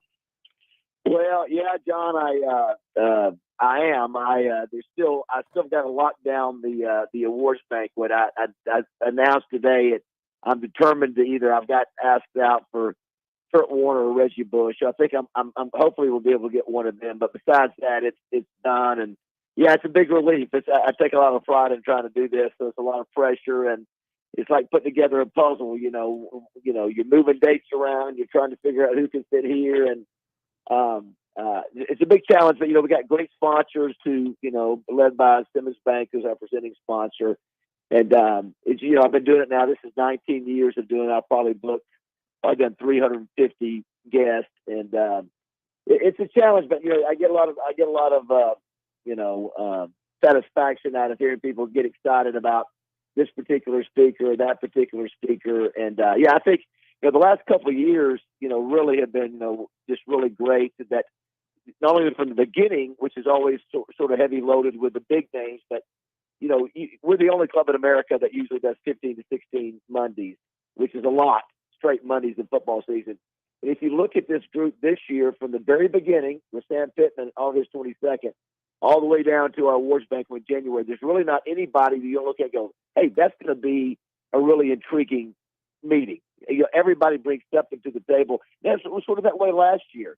So that's something I think that shows the strength of the club. And obviously, we pay well for the touchdown club. We don't pay the full retail rate that some large corporations pay, but for a nonprofit, we do pretty good. Have a good reputation, and just excited to really get it out there and get folks excited about football. What are some of the biggest challenges of putting together a lineup? Scheduling has to be probably at the top, but year to year, what do you see as some of the bigger challenges in trying to put it together?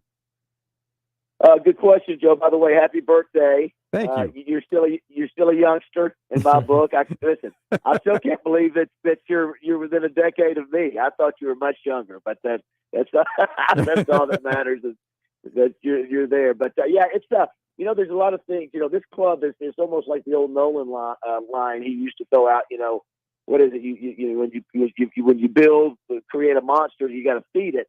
So our club really expects to have these kind of names that, have some kind of substance or some kind of story. And so, part of it, is economics, is that, what we can afford. And, I'll try to work every angle I can to get a more reasonable right. I can't pay full retail.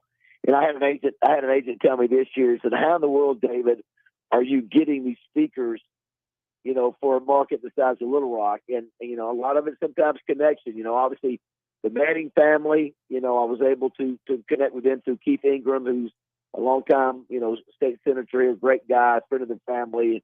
And, once you establish and you get, one of the Mannings there, you obviously hey, you take good care of them, you do a good job, it builds your reputation. Or when Paul Feinbaum goes on, last year says, hey, the best touchdown club in America is the Little Rock Touchdown Club. It certainly gives you the ability to share, hey, listen, these are what other people are saying, and this is the way we take care of our guests. This is what we do. We go the extra. And then, those connections, Joe, usually really help, number one, get a little bit better price. The other is that, obviously my history as a former player, the Bulls Award that I've done for almost 30 years, helps. And then, of course, what I do, John, just like going to the SEC media days over the years, getting to know folks. And then, like I said, when we get them, pay them well enough to where, wow, okay, these guys not only pay well, we walk in that room and there's a different energy. I tell you, most of the folks, when they walk in our room, they've been all over the country. They go, man, there's a buzz in this auditorium or banquet room, and these folks are excited to see us. And so it all sort of adds up. But, the money, the schedule, and here's the other big challenge, guys, is that it's tough to get people into Little Rock. A lot of these people are millionaires. They don't really need the money.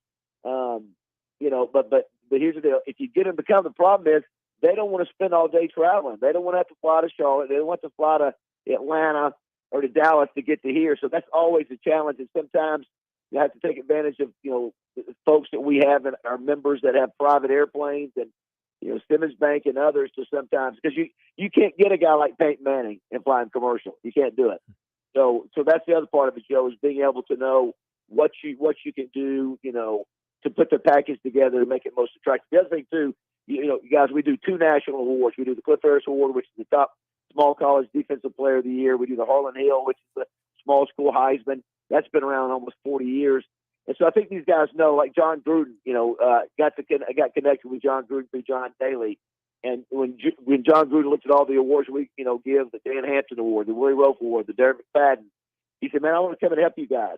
He said, I don't care about the money. I just want to come in and I like what you guys are doing. So you put all those things together and you just sort of piecemeal it and put it together. Like I said, it's sort of stressful, but by the grace of God, it's been able to work out the last 19 years. And it's probably happened before where you'll talk to someone and have them for a certain date, and then you talk to the next person and they're limited to maybe that certain date, and then you have to change things around from there. Yeah, that's right. There's one example. I don't want to give the name, but I had somebody that's of national note, and but once I had a chance to get Peyton in, I had to take that date, so I had to call his agent back and say, hey, listen, nothing against him, but I just say, listen, I got Peyton. That's the only day he can do it, and that's what you got to do. You hate that happens, but you're right. That's the other part of the puzzle. Or even something like Laura Rutledge. Laura, just like last year with Kirk Kirkstreet, if you don't get them early, you're never going to get them. For example, Laura's doing daily NFL show, and she's doing the SEC network, so you're going to have to get her early. It's like with Herb Street, and so it is. Like I said, it's a puzzle, and it's always sort of fascinating to try to work. I've gotten started real late this year, so I was really concerned whether I could pull it off. But I even like the fact you got a guy like Jackie Sherrill, who recruited Tony Dorsett when he was at Pitt, and he coached at A&M when I played against him. He coached at Mississippi State when Hoggs played against him. He was on the staff of Frank Bulls. He's 80 years old, but he's still as sharp as can be. Coached Mark May, and then you got a guy like David Cutcliffe, who actually coached Eli and Peyton Manning in college, won the Bulls Award back in the 90s. So everybody's sort of got a cool and fun angle. Well, another thing too, Baz, I think you alluded to it, and that was what I was curious about. Just now that it's become, and over time has become such a big deal and an incredible event, is it so much easier to book guests? I know it's tough to get them scheduled, but when it comes to the named guest, is it become such a monster where they're almost like, yeah, I want to go to that because every year there's big names and I want to be a part of that. It's like, it's kind of like if you go to a school and you see a bunch of big players going to this school as a recruit, you're like, well, I want to go there too because they got something great going on. Has it been a little bit easier to get some of these big names? Yeah, no question. When you're able to throw out, hey, by the way, I had Mike Ditka last year. I had, Vern Lundquist, Eli Manning, Peyton Manning, Earl Campbell, me, Joe Green, Roger Staubach. When you can throw out all those names, it makes the difference. It shows, wow, these guys know what they're doing if they have these kind of folks in there. And, if you hit the right price point and make the deal work, it does make a difference. But, yeah, it does. It's not like it was 10, 15 years ago. When all you got to do, every time I send out an email, I'll put the list of coaches. I mean, we've had about every Hall of Fame college coach you can imagine over the 20 years. And then same thing with NFL. So it's certainly every year you do this, it looks better and better. And again, the great thing I can do, like Terry Bradshaw, I can have somebody, listen, if you're not sure how we take care of folks, call Terry Bradshaw and let Terry tell you. how we do it. So you do sort of build upon it, and it's a lot easier to get in the door to go, hey, these are the folks who've been here before, that we take good care of you. Going at, for example, like Laura Rutledge or Alyssa Lang, or Ryan McGee. Last year we had Marty Smith. Ryan, talk to Marty. Tell him, ask him what kind of experience he had here. And Marty feels the same way. Marty feels like we're one of the best clubs in America. And so you do build on that. It does make things a lot easier. At least get the ball rolling and get your foot in the door. And it's always nice to get Little Rock Touchdown Club started every year with Coach Sam Pittman, and to have those local connections where you have U of A, A-State, UCA, and everybody wants to hear from the schools within the state. Yeah, that's something that's always a big deal. It's funny, Joe, that it became a tradition. I think Houston started doing it where he would agree to come every year. But Trino actually one year didn't come. He wanted to alternate, and then I think he realized the importance of it. And it's a thing to where I think they realized coming down to Central Arkansas is important. And so I think Sam knows that he doesn't have to do that. He knows it's important to, Central Arkansas. I think for him to be seen. And I'm telling you, besides Peyton Manning, that's the biggest meeting of the year. You're always, the head coach for the Razorbacks is always going to be the big draw. Last year, you had the new governor, Governor Sanders. She was there. Everybody running for office was there. It was a place to be seen. So that's always a big staple. And then to be able to get, Butch Jones, get the Arkansas State coach. Remember when they were winning conference championships every year? I think that's important. UCA, last year we had UAPB. We'll have them back again next year. So I do think that's part of what we do is to promote, the schools here in Arkansas. And I think they all know it's important to come down here and put on a good show. Listen, that's one of the reasons Hugh Freeze got the job at Arkansas State. I think Steve Roberts, the rumor was he was getting ready to be let go. So Hugh Freeze comes and speaks and blows everybody away. And that gets around pretty quick to everybody out there. Not that was the only reason, but certainly didn't hurt his chances. So coming out here is positive, and that's sort of part of what our responsibility is to promote football in Arkansas and having those guys here. So, Baz, I know you've probably been asked this before, but I'm curious because I have one. But is there a dream speaker that you have that you would just like? Maybe you've tried, maybe it just hasn't worked out. Is there a name out there that if you could get them to come to the Little Rock Touchdown Club, it would be a huge, huge deal? Like, is there somebody that's on a list that you've been trying to or would love to have? There's only one. It's funny. Of course, obviously, you know who's on my list now, and the only way I'm going to get him is through Walt Coleman, and that's yeah.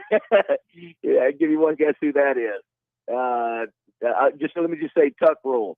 Tom Brady would be obviously, but listen, to get Peyton Manning is about as big a name. He's bigger than just football. It's like Terry Bradshaw. All the things he does, the commercials, the Saturday Night Live, all these things. To get him is about as big as you get, other than a Tom Brady or whatever. So there's not been anybody out there that from a player's perspective or a coach's perspective. The one I'm disappointed in is Jerry Jones. I'm really disappointed that I have not been able to get him. Beyond disappointed, and I've tried and tried. And I'm not sure what the deal is, but to have all the names and every great cowboy we've almost had. I've had Michael Irvin in. I've had Randy White and a lot of the great ones. I haven't had Aikman yet and Emmett, but I think we'll get them in time. But just have not been able to get Jerry, and I know about that window of opportunity is probably passing quickly. But he's the one that stands out to me that I'm disappointed we've got some of the biggest names in the history of the game and not got Jerry. Certain years it seems to have a theme to the lineup.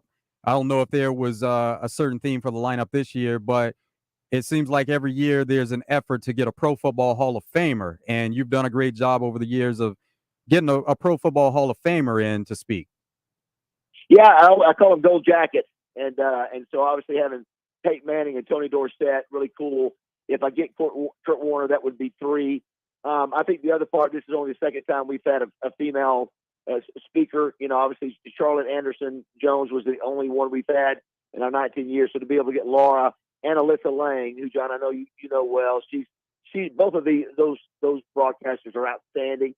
And it's funny, Joe, usually there is sort of an angle, and that's what I told somebody today. There's a little bit for everybody here. I just mentioned Rutledge and Lang, but the Peyton Hillis story. The only interview he's done, I think, since his almost tragic, drowning, had to save his kids in the Gulf, was with Michael Strahan on Good Morning America. So I think to be able to get him, I can't wait to be able to talk to him and go a lot of places, not just that day and what happened there, but his football career at Arkansas. We've had him before, but not just, what he went through. And then you look at, iconic personalities. We've had Mike Ditka. You did Jim McMahon. We've had Dan Hampton. McMahon, I think, is going to be fascinating. Tony Dorsett with his history. And then, a guy like Chris Doring the week we played the Gators. I don't know if you guys know the story on him. He was a walk-on at Florida. Turns out to be one of the greatest all-time receivers, not just for the Gators, but in SEC history. 31 touchdowns in his career. He's outstanding. And then, so I just think there's a lot for everybody on this year's deal. You can find something, whether it be, let's say we end up getting Reggie Bush. Reggie Bush would be fascinating just because he was getting paid before it was legal. Obviously that was I'm anxious to hear his perspective on NIL after what he went through, or Kurt Warner, who was, stocking shelves in the grocery store. He's got a great story. So I think this year's there's a little bit for everybody, I think, to like at some point throughout the year. Baz, is there a chance that maybe you got a connection? Could we get OJ? You think you could pull OJ off? Well, that you can imagine what would happen if I try to get. Don't think I hadn't thought about it. Yeah. But I will tell you, there are guys. I don't want to say who. There are certain guys that I want to get in, and I know I can't do it because there's some things that I think our group. In other words, if I was doing like just a signing deal, hey, I'm booking this guy to come in and sign autographs or take pictures. You can do that, but you can't bring in certain guys that may have something in their history. From a domestic abuse standpoint, from a criminal past standpoint. I know, listen, I'm usually the first to say, hey, let's give everybody a second chance. And I love that at our club. Last year we had John Gruden came in, you heard what he said. And a writer down in Louisiana said we've become the Oprah of touchdown clubs in Arkansas. About half of our guys cried last year when I interviewed them. But there's some guys I got to stay away from because I think that people were to dig a little deep and see, there's some things on the record that just for our group it just doesn't fit, But yeah, I thought about OJ, but no, got to pass on that.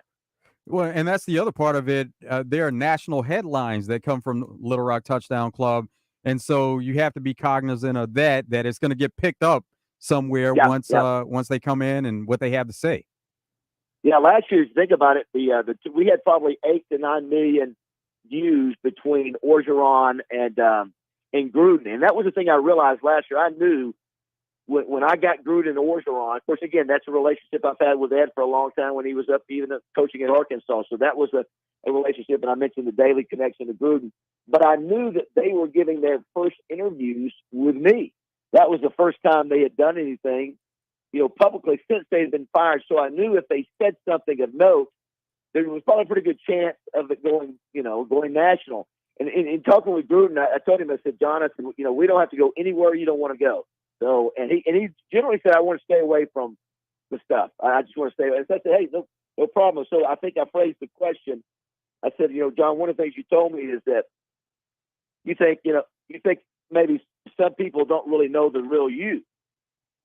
And that's when he basically came on and he just took off and started talking about, the emails and all that. And of course, and again, I didn't, I didn't care if we went there or not, but he did.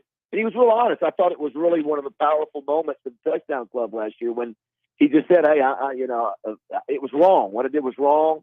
But he said, I'm a good person. I'd like another chance. And then, of course, Orgeron gets up there and, he gives the line of the year where, I told you that he told me 17 million. And I said, what door, what time, what door do I walk out at what time? And as only Coach O can do. So I think he had 4 or 5 million views on that clip. And so I think my best compliment was Dan Patrick on his show said, I don't know who's booking guests for the Little Rock Touchdown Club, but we need to hire him right now because they're getting it done. So that was a big moment for the Touchdown Club last year to get that kind of attention. Well, Baz, before we let you get out of here, we've actually had a lot of people texting in on our Southern Structural Solutions text line just wanting to know details. And this actually comes from someone in the 501. They're just asking, what are the differences in the Touchdown Club memberships? Or were you required to RSVP if you're a member? Do you have to pay in advance of the day of? Just for those of you that may be wanting to go to some of these events and maybe be a member, what's the ways and the details that go about people doing that? Yeah, John, I think the easiest way, just go to lrtouchdown.com. We do have memberships, varying memberships. The basic is $75.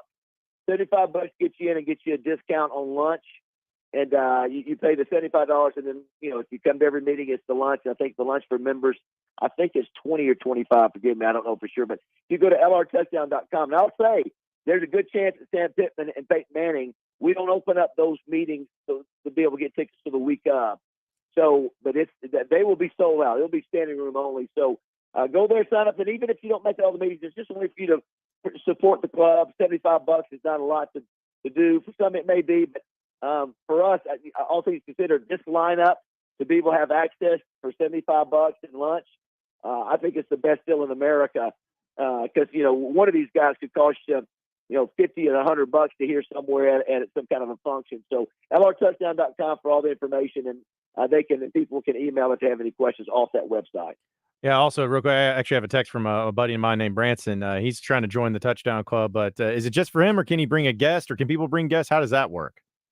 You can do that. It Okay. just depends. Again, if you can sign up and bring a guest, and it's obviously a little extra for the guests if they're not members, but you betcha you can certainly be a member and bring guests. And listen, the social aspect of this is almost bigger than the actual event. It really has become the place to be and be seen and shake hands and do business deals, and then be entertained as well with football. So it's a really cool. It's somebody said it was Freddie Black said it from Simmons Bank. It's really this day and age, it's a place for folks to come together and hang out and have a good time, and they know it's a simple. Some people get there an hour before the meeting to get the best seats when the doors open. So it's a great place to go. Even if you only make one or two meetings per year, it's worthwhile to come to a couple meetings. Well, Baz, hey, we appreciate you hopping on, man. Great job once again with the Little Rock Touchdown Club and the speakers. It's going to be another great year there, and can't wait to hear from all the great guests and continue to see this go on year after year. But we appreciate you hopping on with us, telling us more about it. Thanks, guys. Appreciate the support, and hopefully we'll get you guys there at some meetings this year as well. Absolutely. Yeah, we'd love to do it. Yeah, I think we have a few in mind that we'd like to RSVP at this point in time, but we'll get with you later on that, Baz. We appreciate it, man. Sounds good. Thanks. All right. There's David Basil joining us, talk a little bit about the Little Rock Touchdown Club, and great guest list. Once again, you can go to lrtouchdownclub.com for more details on memberships and how to be a part of the show. So great stuff. We are up against it. We're going to take a break. When we come back, we have some other headlines, more text messages, and phone calls to get to from all of you. And we'll keep it moving here in the third hour of Out of Bounds, all continuing on next. Stay with us.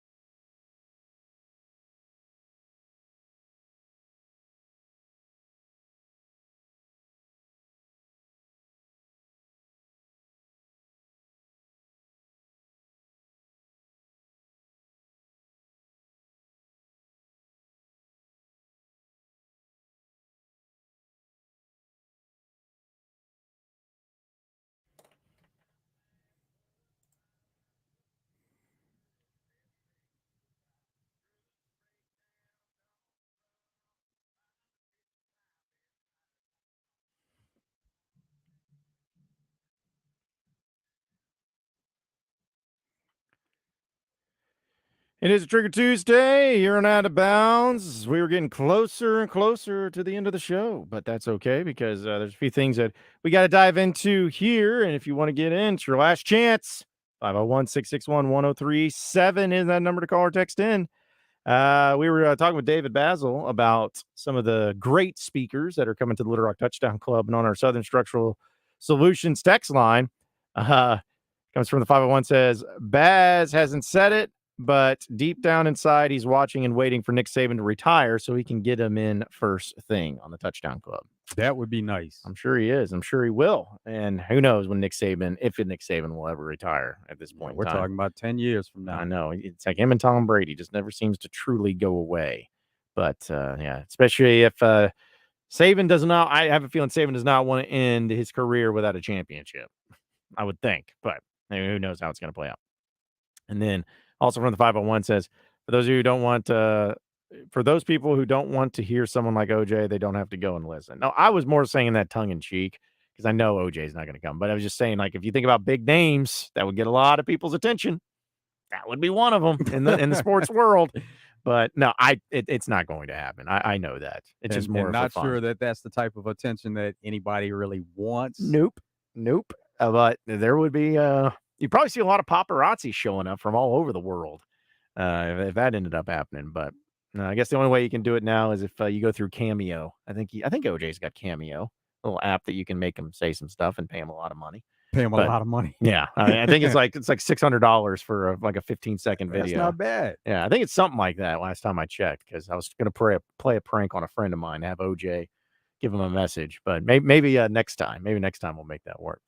But yeah, but it's going to be awesome to see how it all plays out, and hopefully you get all the questions answered there on the membership for the Touchdown Club and all, because I know it's kind of confusing at times too. That can be a pretty wild thing. A few other storylines though that I did want to bring up, and also a part of the Razor Hog update. And I meant to do this, but we were up against it and kind of ran out of time. But for those of you who remember the recently, Charles Ballantyne, who hit the game-winning shot against North Carolina and down in Pine Bluff is most notable. His funeral is actually going to be held this upcoming Saturday at Mount Comfort Church of Christ in Fayetteville, according to his obituary. And the visitation is going to be from 11:30 a.m. to 12:30 p.m.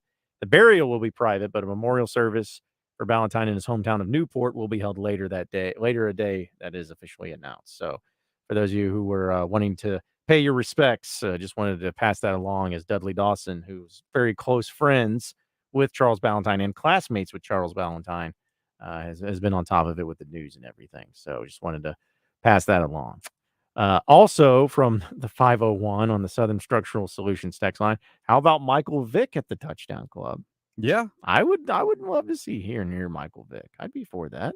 I don't think that's too controversial. No, it shouldn't be. Of course, there are some people that still have something that they're holding against him, but yeah, for the most part, I think most people have been forgiving, and not that they would necessarily welcome it, right? But they would be all right with it. I mean, he got another chance to play in the NFL, and he did.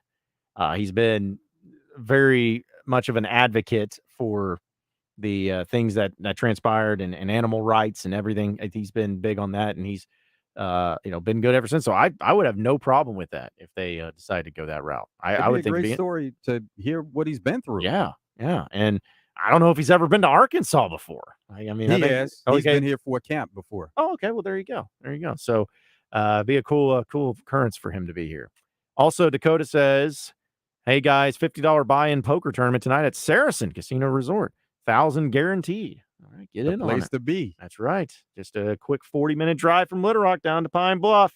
Missing out on it, folks. And that's the thing I'm excited about also with Saracen, is just all the football betting that we can do once the season gets in full swing. And even right now you can do it. So definitely check that out.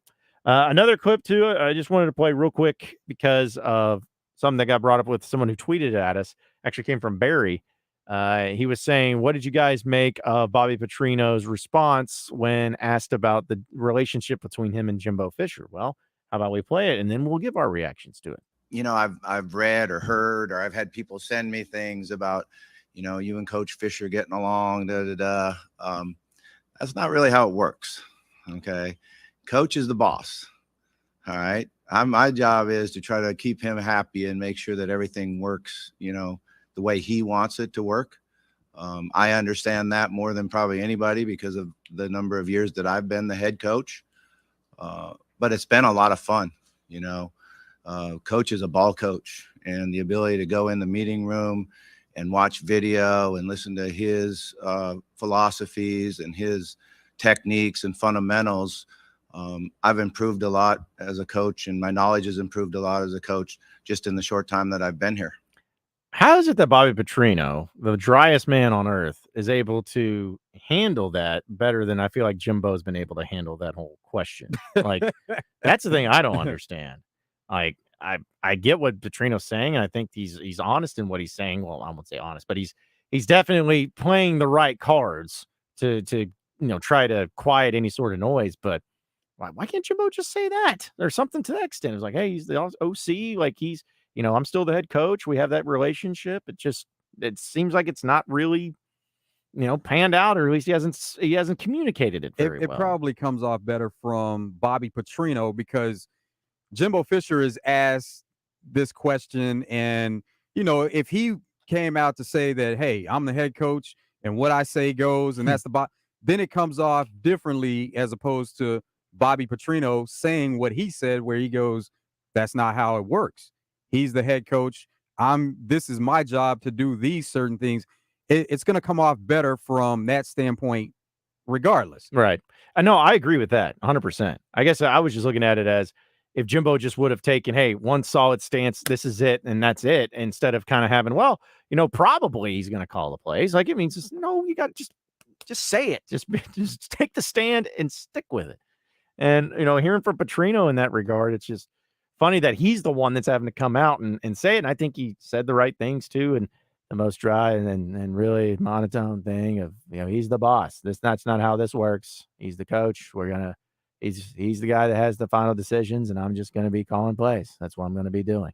It's like, he says it better.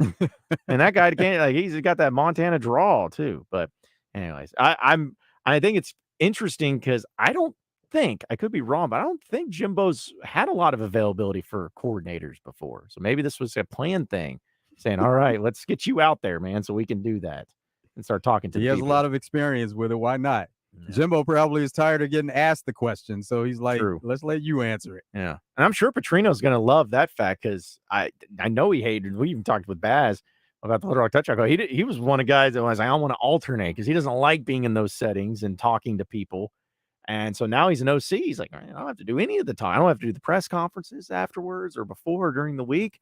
I can just go do my job and be good with it. So it depends on their setup because, like with Arkansas has a day where the coordinators talk and they kind of rotate. So it depends on what the setup is at A&M. Yeah, maybe it's just a low key thing that he can just go there and do his job and be the OC, or maybe it completely and totally goes wild and crazy, and people start calling for Jimbo's head and just want to replace for Petrino. I don't know what route it's going to go, but it's still pretty entertaining to think about of the possibilities of what could be happening in that circumstance. But hey, that's what we think about Petrino's comments on Jimbo Fisher. We are up against it as our final break is here. But when we come back, we'll get to 3 and Out, get to some headlines, some storylines, some things we didn't dive into, and keep it moving and get you ready for Drive Time Sports all next here on Out of Bounds.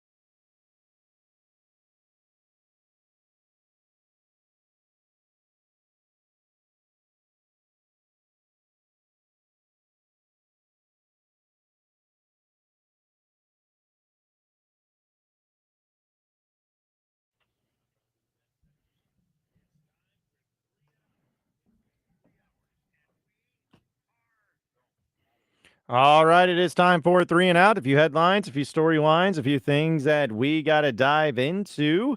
And this is something I just love seeing. Something about huge, large people playing sports, especially when the sport itself is consistent of big people. Well, how about for Breon Ramsey Brooks? He's a football player. He's actually an offensive lineman on TCU, the team that played in the college football playoff last year and in the championship game. But he's a true freshman. He came from Dallas, Texas at South Oak Cliff High School. He's 6'5". That's pretty good size for an offensive lineman, especially in major college football. He's also 455 pounds as an offensive lineman. And according to what people have talked about, he hasn't lost weight. In fact, he's gained weight in the summer. And if you see some of his highlights, he's an absolute unit. So I don't know if he's going to play any this year, but he's definitely someone I'm going to be rooting for because there's something special about seeing big people out there making plays. But if you're 455 pounds on the offensive line, I don't know if you got the moves, but you got the weight, and you're going to be tough for some of those defensive linemen and tackles to try to get past you or even to go through you. That's somebody that needs to be in the middle of the line. You wouldn't want him on the outside, but it'd be tough to get through the middle of that offensive line. Commanders coach Ron Rivera said that there's been some expressing of concern of some of the Commanders players about Eric Bieniemy and the practice and how intense the practices are. Here's Eric Bieniemy explaining some of that. Well, first of all, one thing I'm an open book, and I always invite players in. But also, too, as I've gone through this process, yes, I am intense. And I would be afraid, too, to start if I didn't know it. But on top of that, one thing they do appreciate is this. I'm always going to be upfront and I'm always going to be honest. Just like I stated when I first got here, we all got to get uncomfortable to get comfortable, okay? There's some new demands and expectations that I expect. I expect us to be the team that we're supposed to be. It's not going to be easy, and everybody ain't going to like the process. But when it's all said and done with, my job is to make sure that we're doing it the right way. There's a way to do it. Now, do they understand that? Yes, because they're seeing the results. Will everybody buy in? I believe so. But if not, it's okay. Because you know what? My number one job is to help take these guys to another level, and I can see it. Commanders looking to improve that offense. They have a lot of talent on that offense, but they're trying to get to the next level, and bringing in an offensive mind like Eric Bieniemy may just be what they needed. So there's all these Netflix documentaries that always comes out, but the trailer was officially released for Johnny Manziel's new Netflix documentary that shows his side of the story. And honestly, when I heard that Johnny Manziel was going to have a Netflix documentary, I'm like, oh, okay, it's probably going to be one of those cookie cutter type documentaries of the rise and then the fall and then just kind of moving on and see where he's at now. But if you've seen anything about the trailer, folks, there is a lot going on there. There is a lot of things behind the scenes that people weren't even, I wasn't even aware of. Like, just to mention a few of the things that was shown: his shirtless mugshot, a Scooby-Doo costume, the double kissing the girls pic, the autograph gate, the money phone, the draft night, Billy Vegas, the watching the draft at a bar, his marriage. And that's just like the first chapter.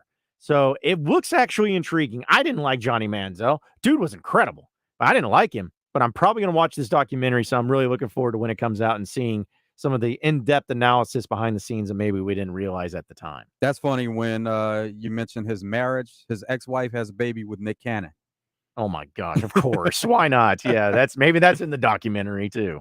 Caroline Wozniacki, she retired in 2020, and now she's on her comeback, and she got a victory over Kimberly Burrell, 6'2", at the Canadian Open in Montreal. She says, it feels great. It's my first match back in over 3 years. Definitely a little rusty, but what an amazing place to come back and play my first match. I love playing here in Montreal.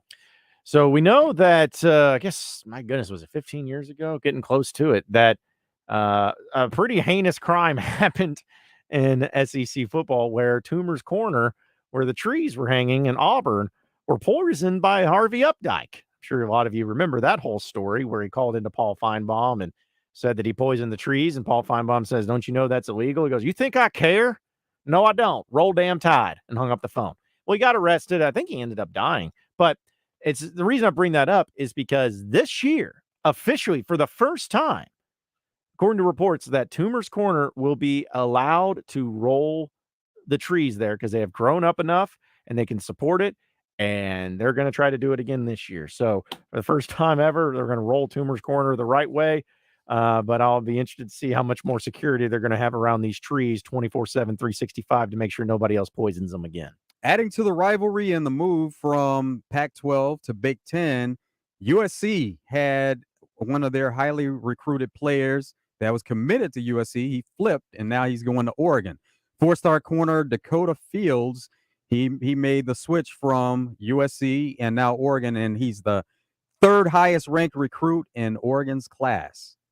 So I know that, Joe, you know him pretty well from what I understand, but Derek Fisher, I saw, got a new job. His birthday's tomorrow. Oh, so there you go. So happy birthday tomorrow, Derek Fisher. But it looks like he's going to be coaching high school basketball in one of the toughest leagues in the state of California.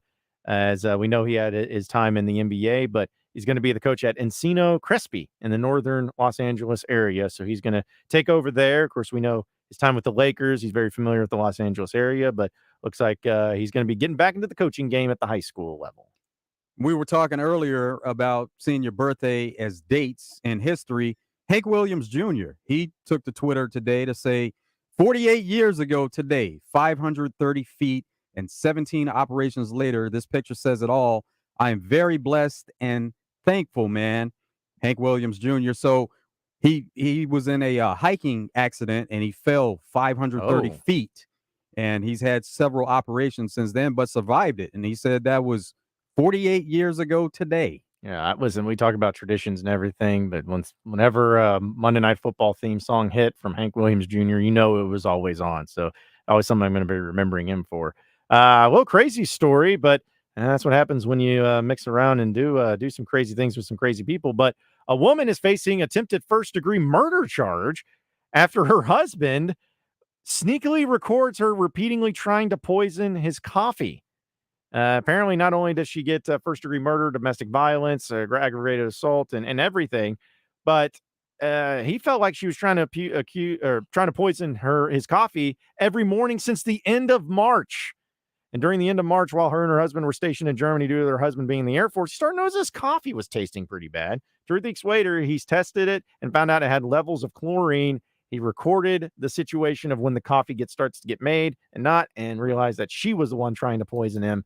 I don't know if she had very much success or what she was trying to accomplish, because if he was going on since the end of March and they just now caught her doing it officially this past month, I don't know what your intent was, maybe just to slowly kill him, but geez, crazy people out there. Simone Biles on Instagram, she says, I just lost $200 to @Zoe Miller for that dance celebration. Oh my gosh. So she bet Zoe Miller that she wouldn't do a certain dance celebration, which happened to be twerking after she did her routine. So she actually did it, and Simone Biles said she owed her $200 for it. Paul Pierce is back on Twitter saying, I'm still better at hoop than 99.999999999999999999999% of people on Twitter. So he wanted everybody to know that he doesn't care what you have to think. He's better than you. Appreciate everybody listening in Out of Bounds today. For Joe Franklin, I'm John Nabors. Same sports show, same sports channel tomorrow afternoon. Stay tuned, folks. We got Drive Time Sports coming up next.